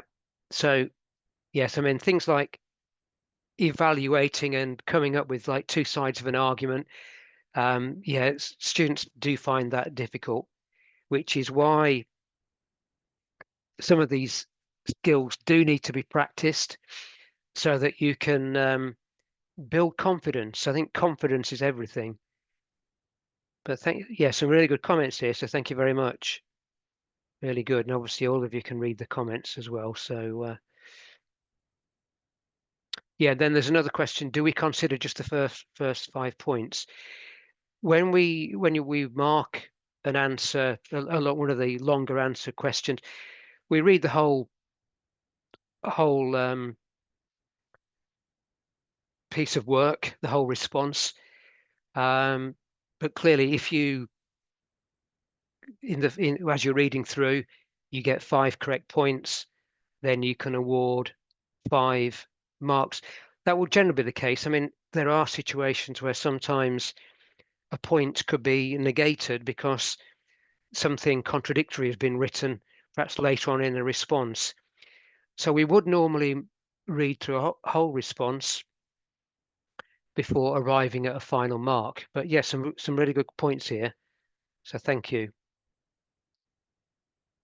Good. Okay, so let's move on. So now we're going to, we've talked obviously at some length about practicals, but we'll have a look at core practicals and the importance of practical skills. So altogether in the IAL, there are 8 topics, 2 in Unit 1, 2 in Unit 2, 2 in Unit 4, and 2 in Unit 5. So practicals, it's all about developing knowledge. It's about developing transferable skills. And we've already talked about some of the skills that the students will develop. And we know that there are 2 papers which assess planning, implementation, etc., etc. We've already talked about the weighting of practical skills, AO3, in the different papers. And we've also said that hands-on experience, first-hand experience, clearly gives students a big advantage because if they've done something, they tend to be able to remember at least part of what they've done when it comes to an exam. They can recall information and that therefore gives them an advantage if they're given a question which involves perhaps some recall of a technique, etc. Obviously, doing practicals themselves gives them confidence, allows them to, over a period of time, to become more skillful and to learn different skills, to hone their skills. So very important to have hands-on experience if possible. But as I said a little earlier, perhaps if they can't have hands-on experience for a particular practical, then at the very least, perhaps a teacher demonstration with explanations would be useful.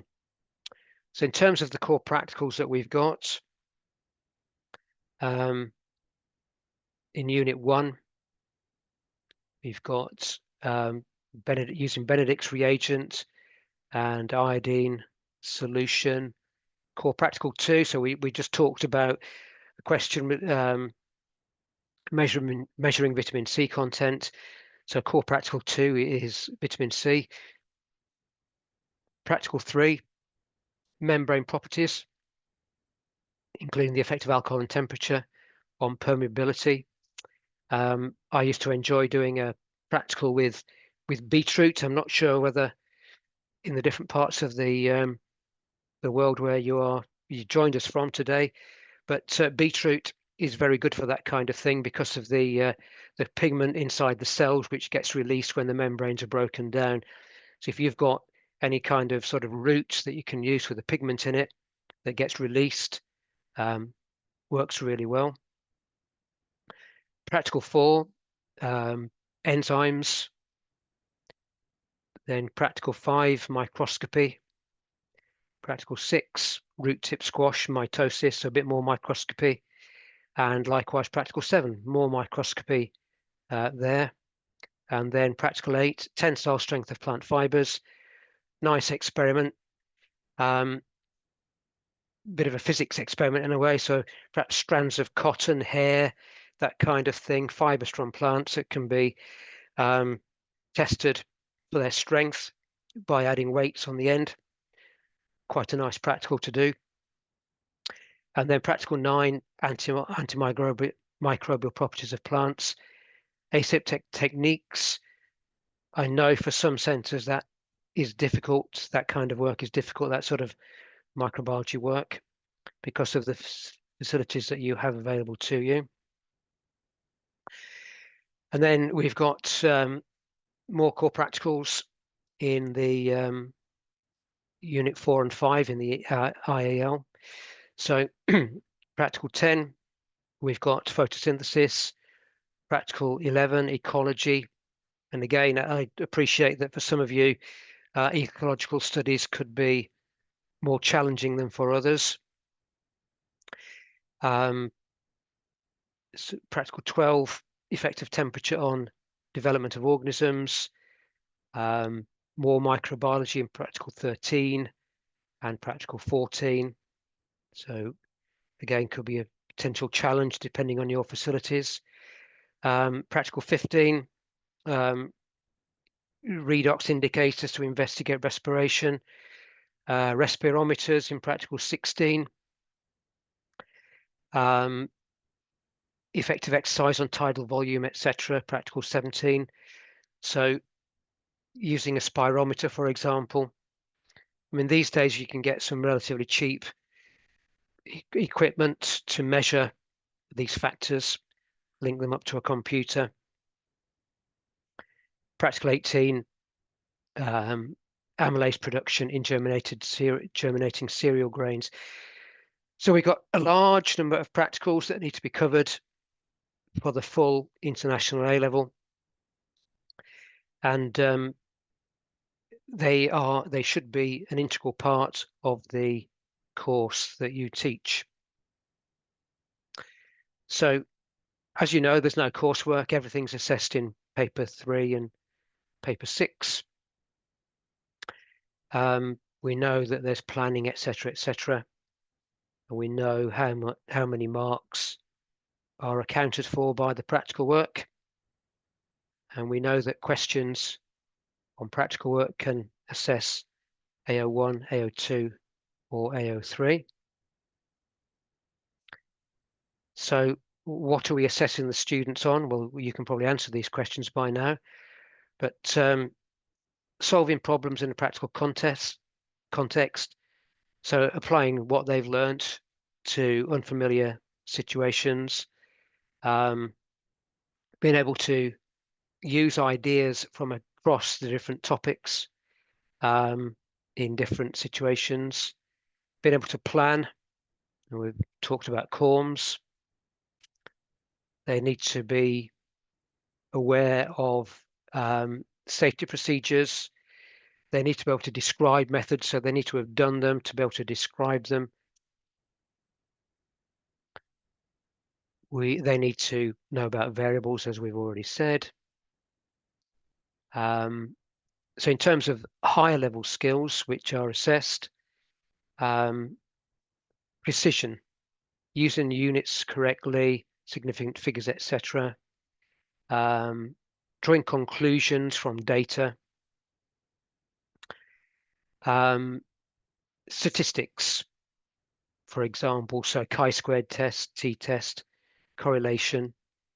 So higher level skills, being critical of data, evaluating it, thinking about limitations of procedures and data, where errors are brought in, evaluation of methods, how can we improve a method.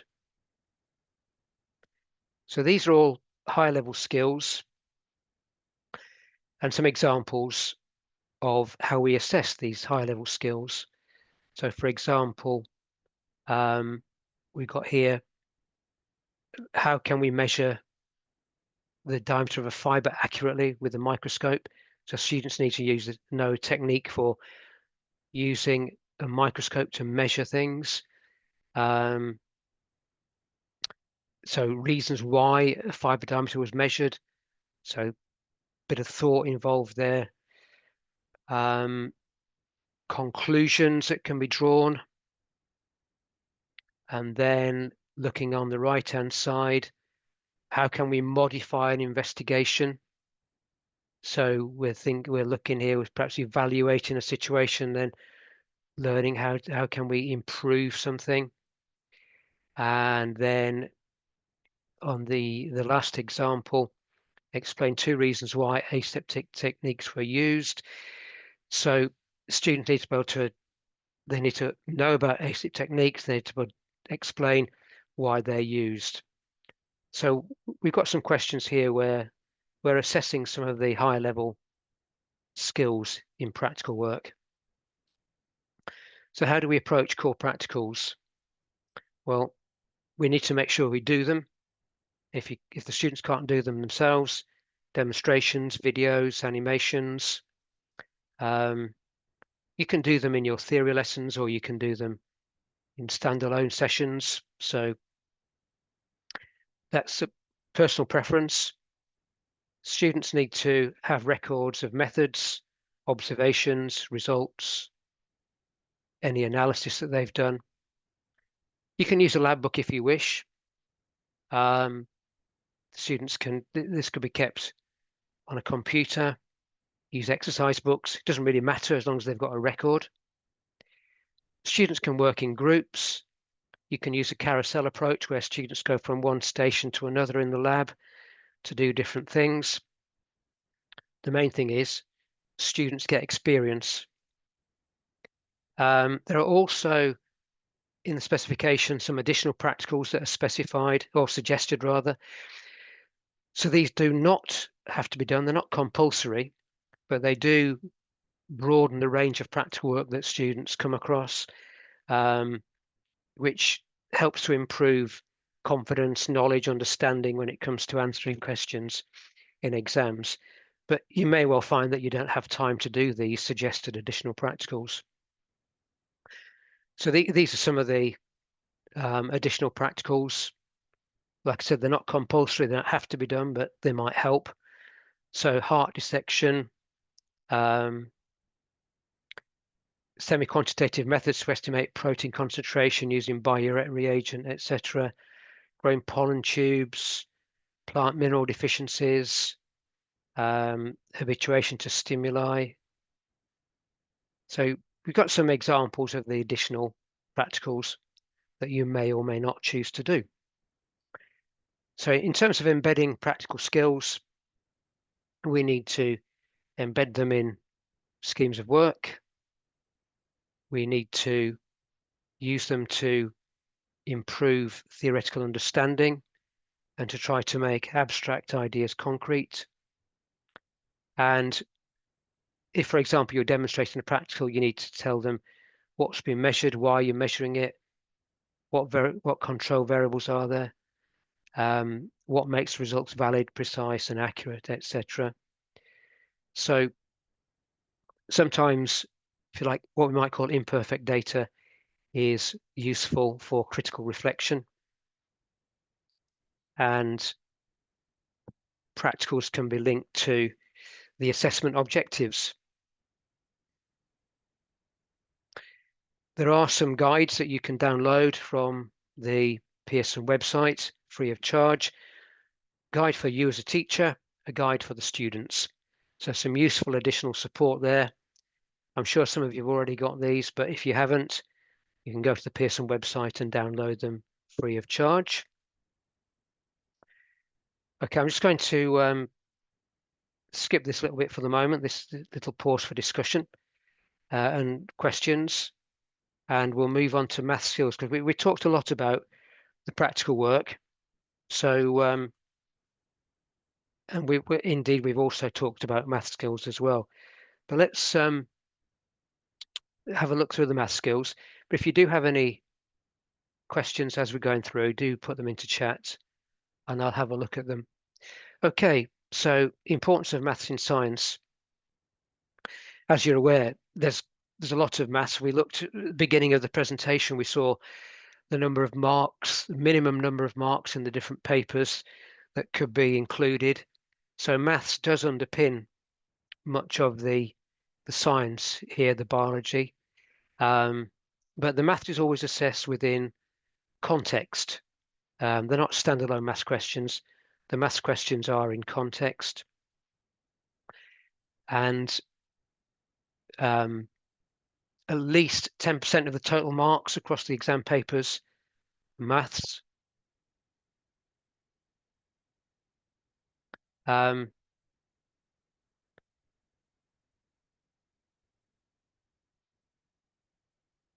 In terms of application, so data analysis, interpretation, calculations, different types of calculation, drawing graphs, using statistics. The statistics is more so at in the IA2 rather than the IAS. So in terms of expectations, so GCSE, higher tier equivalent maths, level 2 or higher, and the appendix 6 in the specification gives you details on the skills that must be mastered by the students, such as rearranging equations, substituting into equations, interpreting graphs, calculating rates, etc. And where relevant, using logarithms for exponential growth, for example. So, as I've said, the math skills are in the appendices of the specification. We have different skills that we've talked about. And the best thing really when you're teaching is to try to embed math skills into lessons. So if you're giving the students some questions related to a topic, if there's a math question that's relevant, well, perhaps use it. And do try to use the maths in context, such as, enzyme rate calculations, etc., magnification if we're using microscopes. And do try to improve confidence. I mean, some students are not mathematically confident.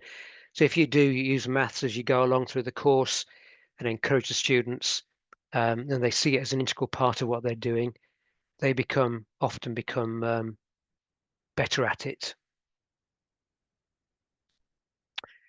And you can use in your lessons starter activities, which perhaps involve maths, exit tickets, in other words, short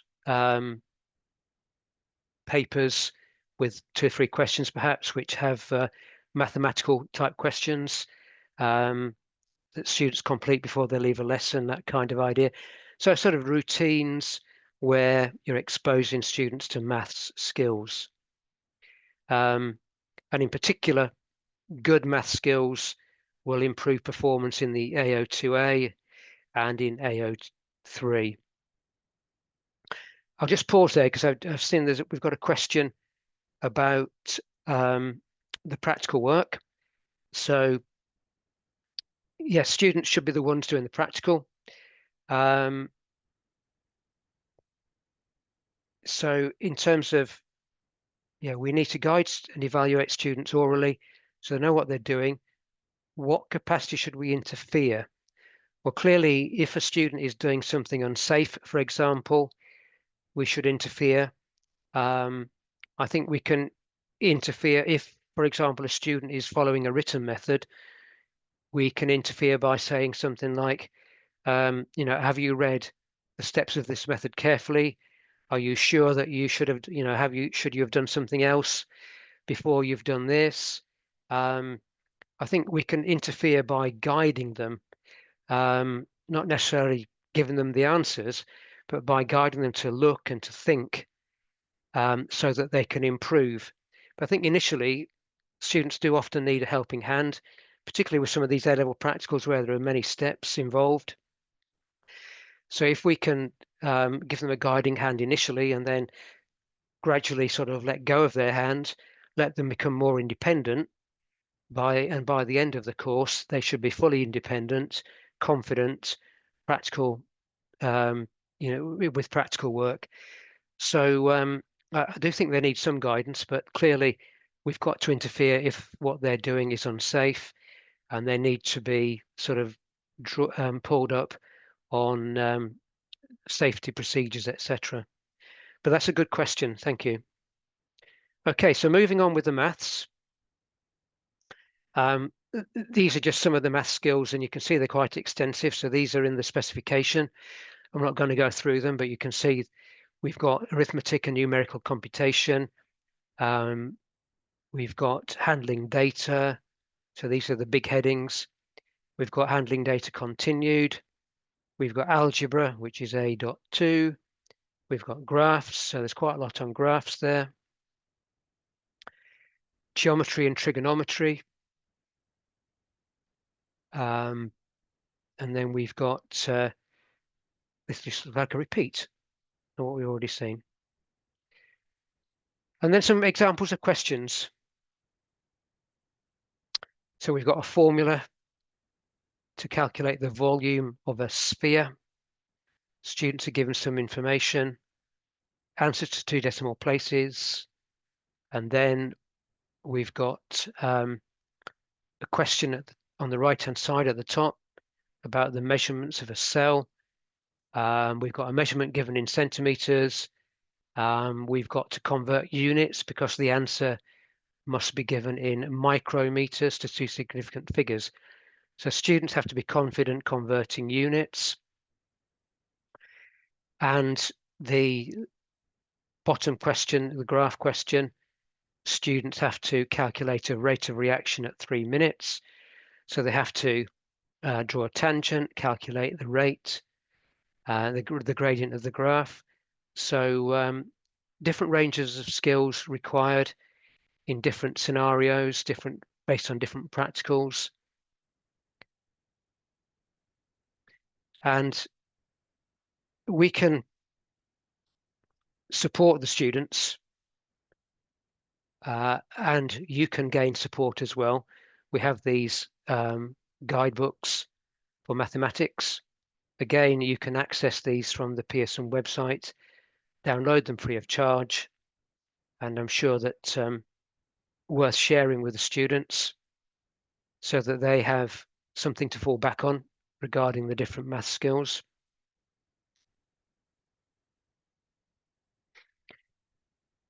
Okay, I'll just pause for a moment. If you have any comments, about, for example, what your students might struggle with in terms of maths, any particular areas of maths that they struggle with, or are they generally very competent? So I'll pause for a moment. If you've got any comments you want to make, please do so. If not, I'll continue in a minute.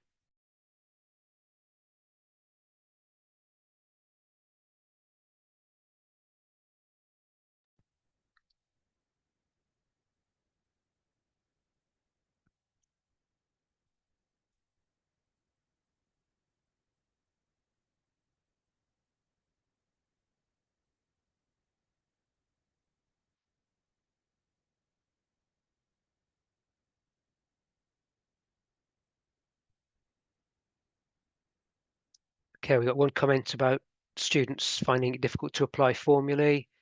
Yeah, statistical tests, yeah. I think statistics is a bit of a stumbling block for many students. So again, using questions, to practice different skills. Okay, we have another comment. Yeah, so students who choose biology don't really pay mind to how important maths are for this course, so they get frustrated. Yes, I totally agree. Certainly when I was teaching A-level biology, we used to have sort of state that the student should have a minimum grade at GCSE maths, because we know that students who are weak mathematically will not do very well in A-level biology. So that's a really good comment. Thank you. Yeah, I mean, I think generally students often do not make links between maths and biology. They don't realize how important maths is in biology. And clearly, biology is quite a mathematical subject. Okay, so we've talked a lot about the specification and assessment objectives and all the different skills involved in the course. So let's have a look at planning the course. So there are lots of Pearson resources available. Pearson provide a scheme of work that you can edit. And obviously you can download this from the Pearson website. And this is designed to support you. You can modify the scheme of work to suit how you teach the subject in your school. You can deliver it as a one-year course. You can deliver it as a two-year course. You can deliver it in a modular method way. You can deliver it in a linear way. So basically you can use the scheme of work. You can chop and change things to suit your particular situation in school, what the students might require, etc. So it's very, very adaptable and flexible. So there are recommended teaching times, activities, etc. There is a link in the chat in terms of downloading various resources. And the scheme of work is editable. So for example, it's in Microsoft Word, so that you can change things around to suit your particular requirements. As I'm sure you're aware, there are textbooks available from Pearson, and there are digital teaching materials as well. So Active Learn, for example, is a paid-for resource, but you've got interactive materials there, worksheets, different assessments, and all of these materials are aligned to the specification and the assessment objectives. So as a teacher, you can use the scheme of work as a basis for what you teach, and then you can put in opportunities for retrieval practice, so sort of some assessment, put in your practical work,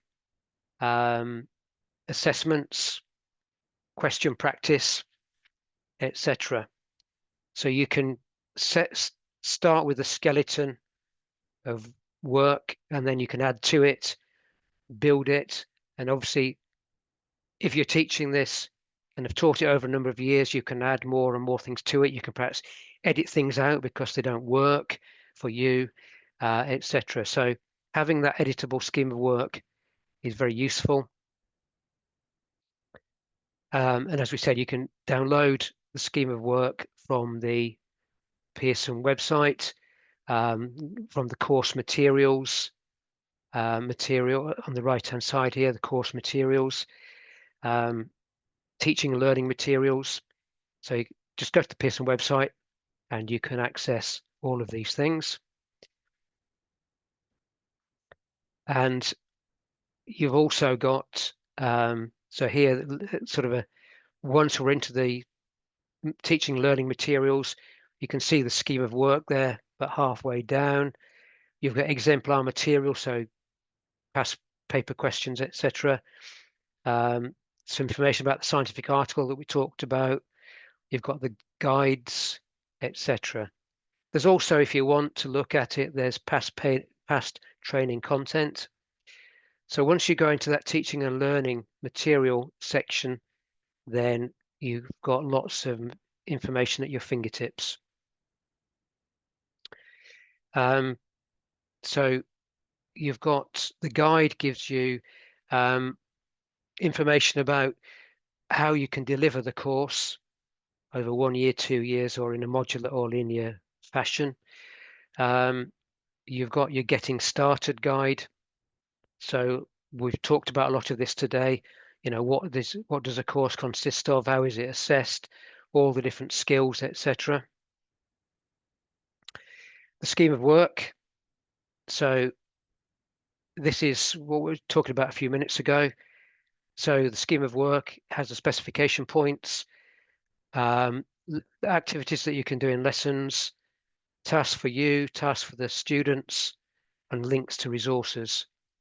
So there's a timeline, revision points built in, mock exams, external exam dates, when we can, opportunities to review progress, you put in your practical work, any field work if that's appropriate. Obviously, it is appropriate for A-level biology, but the way that you go about it and the time of year that you do it might be very different from one centre to another. And if you're able to extend sort of an enriched learning, then there's space for doing that as well. So the scheme, the planner, is designed for a 2-year course. But if you have students who are doing this in 1 year, then it can be adapted. So the lesson plans, we've got the concepts that the students are learning about. We've got the activities, the resources, and how learning will be assessed. There are questions to perhaps generate some discussion and guide discussion and to test understanding.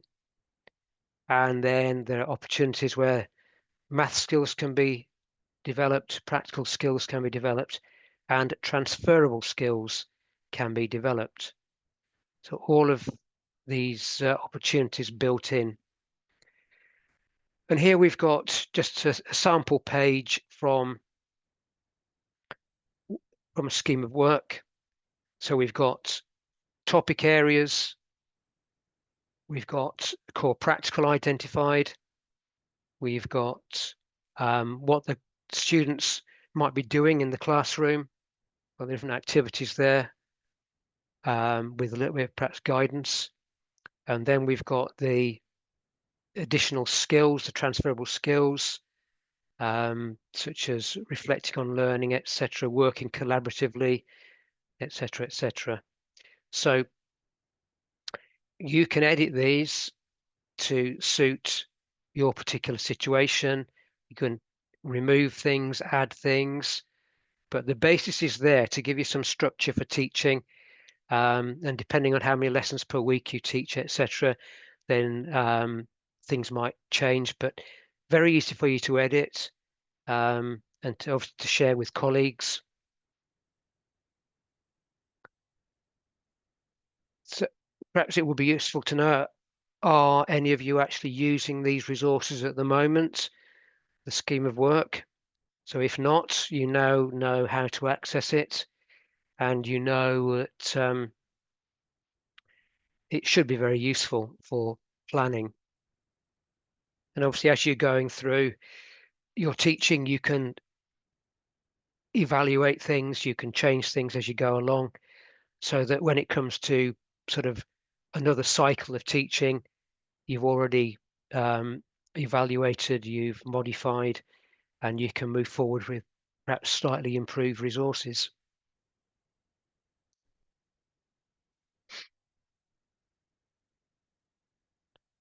Okay,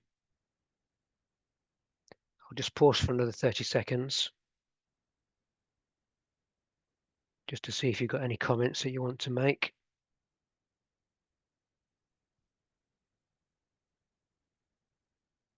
I think it's fair to say Pearson does try very hard to provide you with as many resources as possible to help you as a teacher, and obviously for you then to be able to help the students and improve their knowledge and understanding and their skills.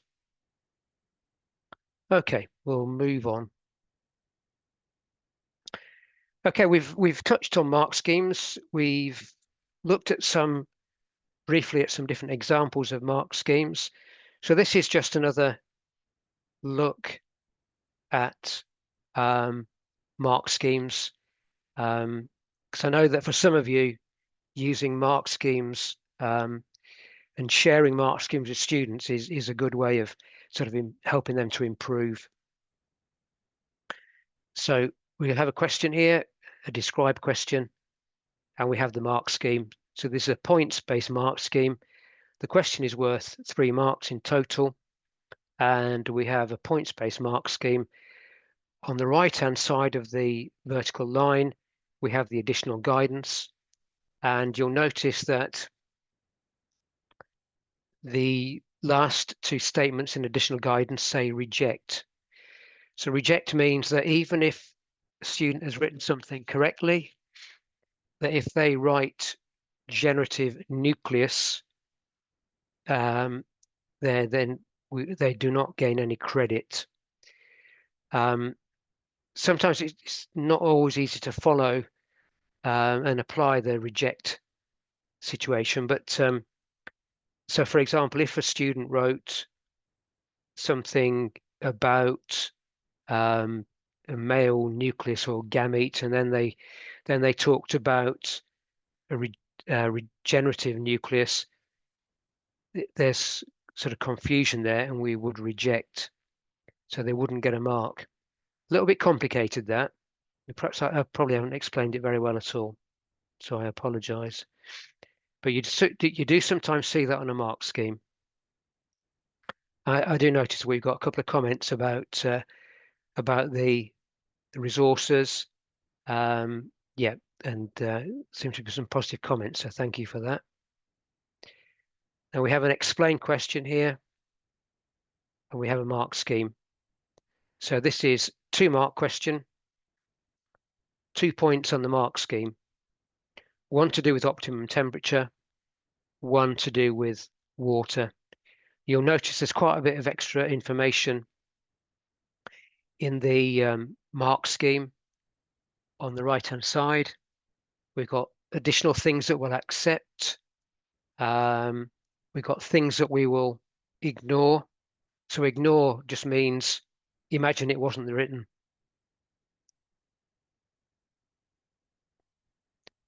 Okay. And then we've got another one. So again, another points-based mark scheme. An explain question. Here we've got 3 points. So students only need 2 of those 3 points. It could be any 2 of those points.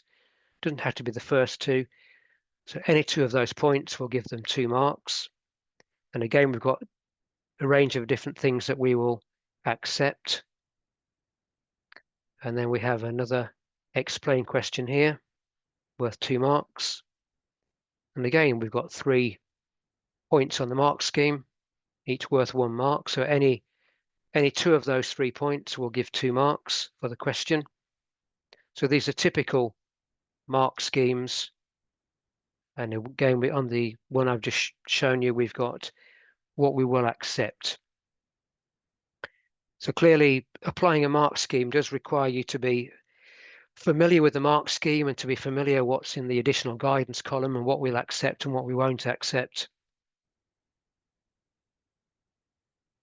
So how do we use a mark scheme? Well, I've probably explained it. So we have the question number on the left-hand column. We have the answer, which is written by the principal examiner. So this is what we might expect students to write about. We're not looking for an answer that is exactly the same as the mark scheme. It's just the terms that we're looking for, and we need a clear answer as well. And then we have the additional guidance that I've been talking about. So we might have accept or allow. So that gives you additional examples of what we will and won't give credit for. And there may be an instruction, so ignore, so which means treat the word or phrase as if it's not there. Do not allow or reject. So if whatever that comment might be that's been rejected, we don't give the mark, even if the correct point follows. So that's the basic structure of the mark scheme. Sometimes words are underlined, and the underlined word must be included in the response if mark is going to be given. Words in bold are required, or a synonym of that word is required. Smooth brackets are optional.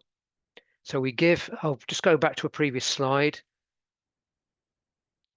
where we've got some smooth brackets. So on the left-hand side, we've got some smooth brackets. And we put words in smooth brackets just so that the mark scheme makes a bit more sense. It sort of completes a sentence. But what's in the smooth brackets is not required in an answer. But we put the words in the smooth brackets there, so the mark scheme makes a bit more sense. And then we have, you'll notice in the second line, and in the second bullet point as well, we have some curly brackets. Curly brackets means that there must be one of those words in the answer. So for example, a student must write enzyme or lysozyme in the first point, or in the second point, they must write phagocyte, lysozymes, neutrophils or macrophages to get the mark.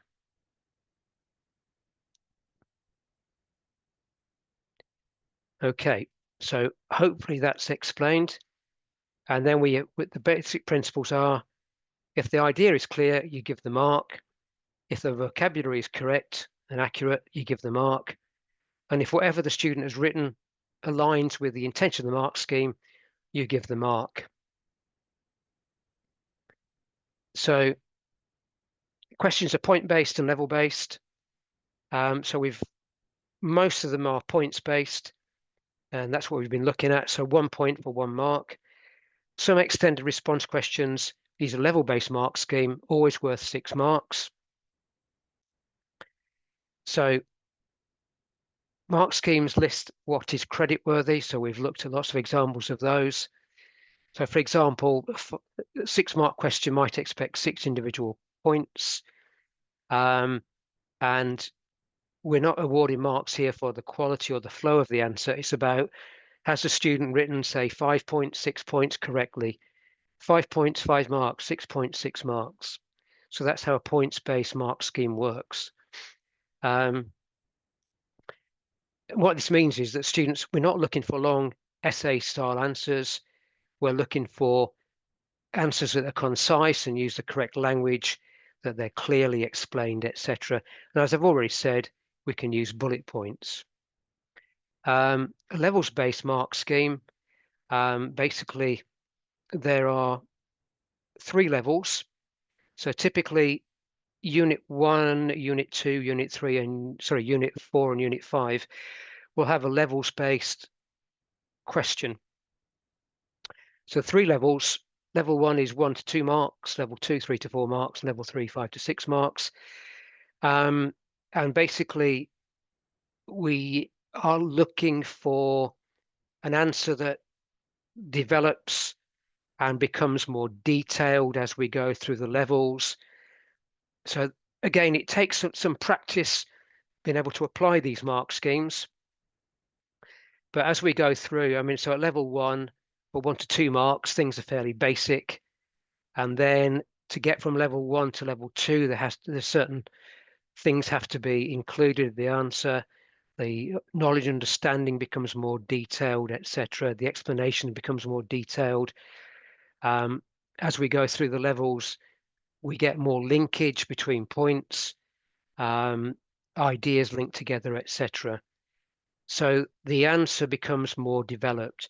So when a student is answering a question that's levels based, or marked using a levels-based mark scheme, some structure to the answer is important. Linkage between points is important. These, like I said, for you as a teacher, these are not necessarily very easy to apply. It takes a bit of practice to be able to apply them. But levels-based mark scheme use a grid, a little bit like this. But obviously, depending on what the question is, the content, particularly of the additional guidance, will vary. It will be specific to the question. So in terms of mark schemes, I don't know whether or not you have any comments that you might want to make, but as I just pointed out, levels-based mark schemes, they're quite difficult to apply.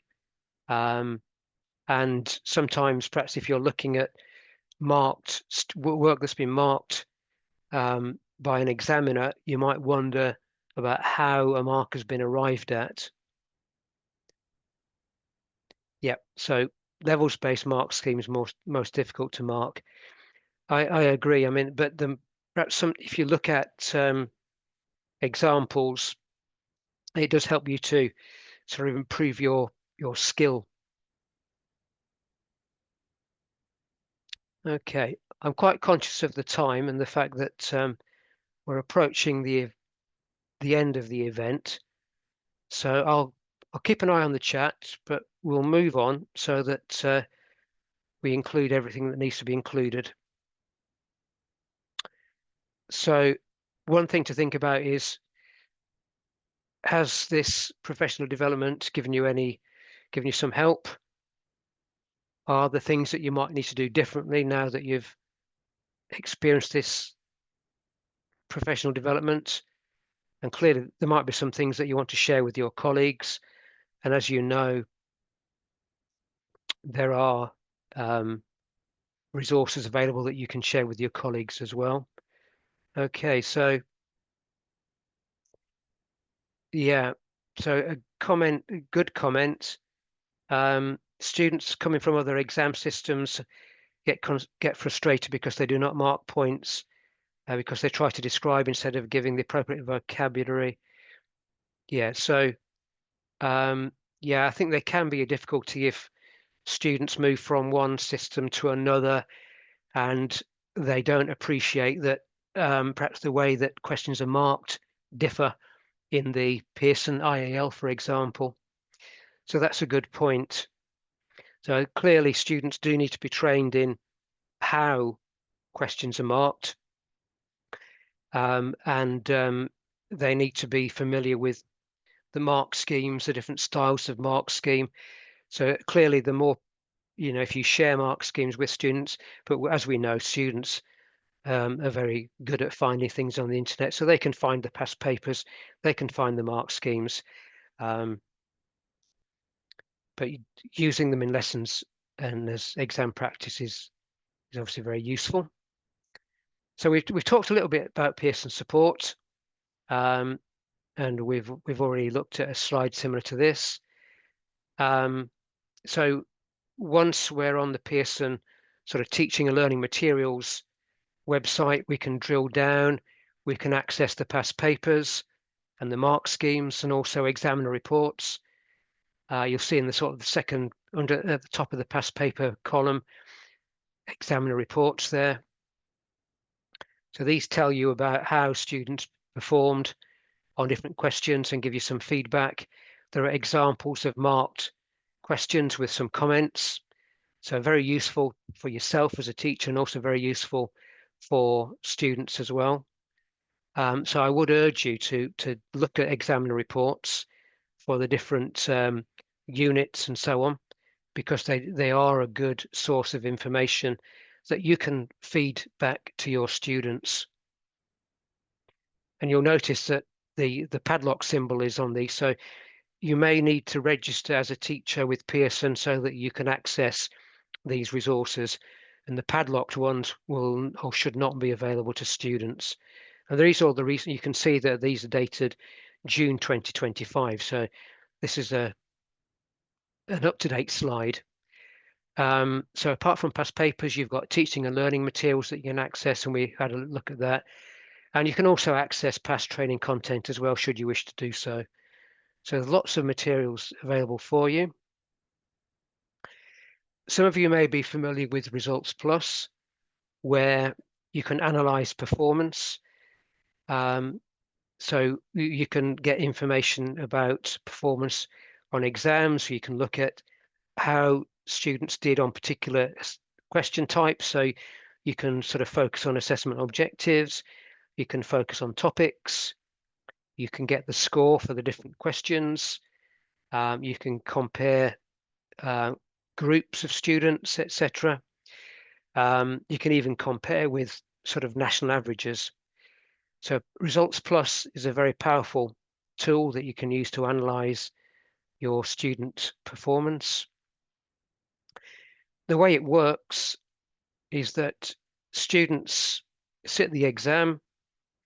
The students are scanned at a facility in the UK, like a big factory where they have very sophisticated scanning machines that scan the papers.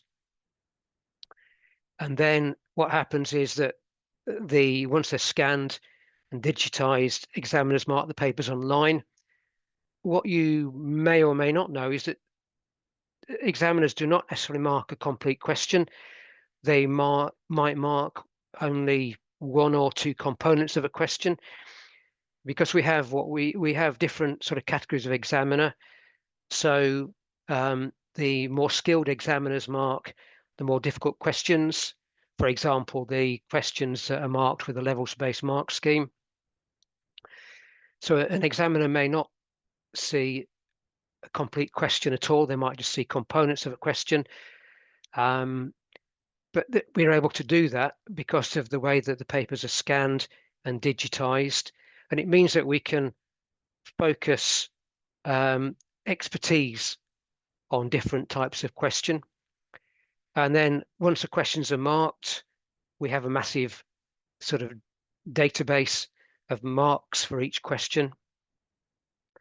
And that then allows you as a teacher to be able to access information on results day and to be able to analyze performance and then think about how well students have done on different topics, etc.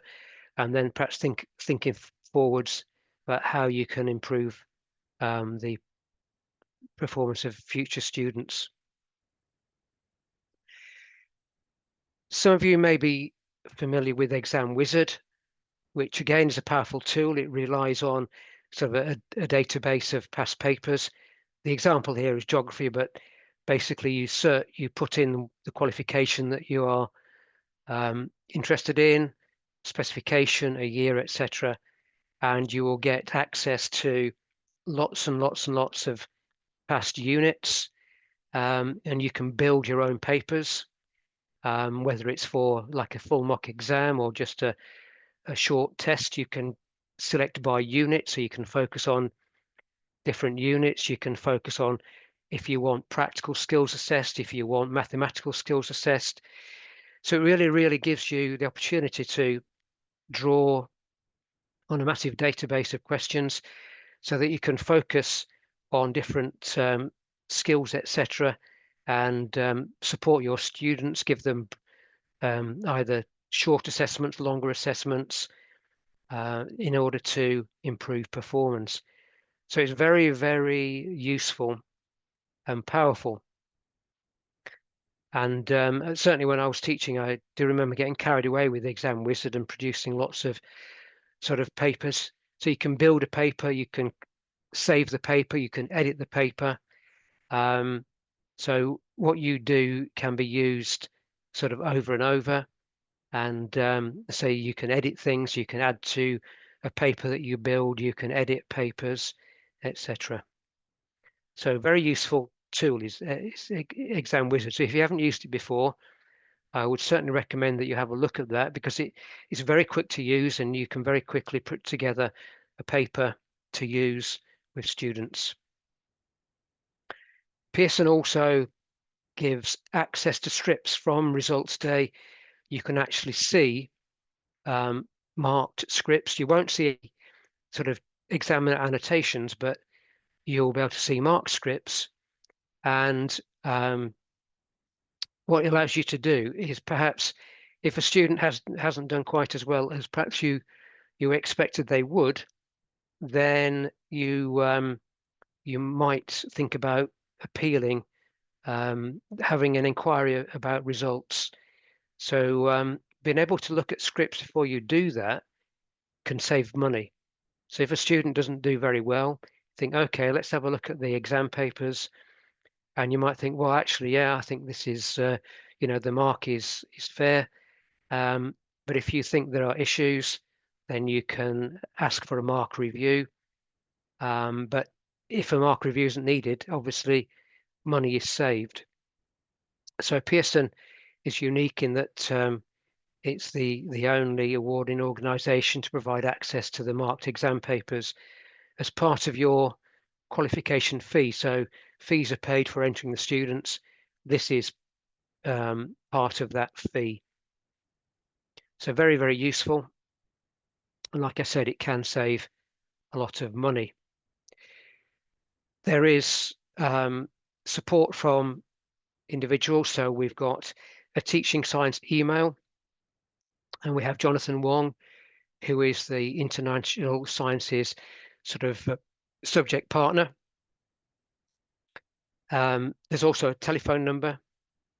So if you have specific questions, you can contact the International Sciences team and ask your questions and get some support as necessary. Or should you feel like telephoning them, you can do that as well. Okay, so we have just about drawn to a close. So I'll pause for a moment to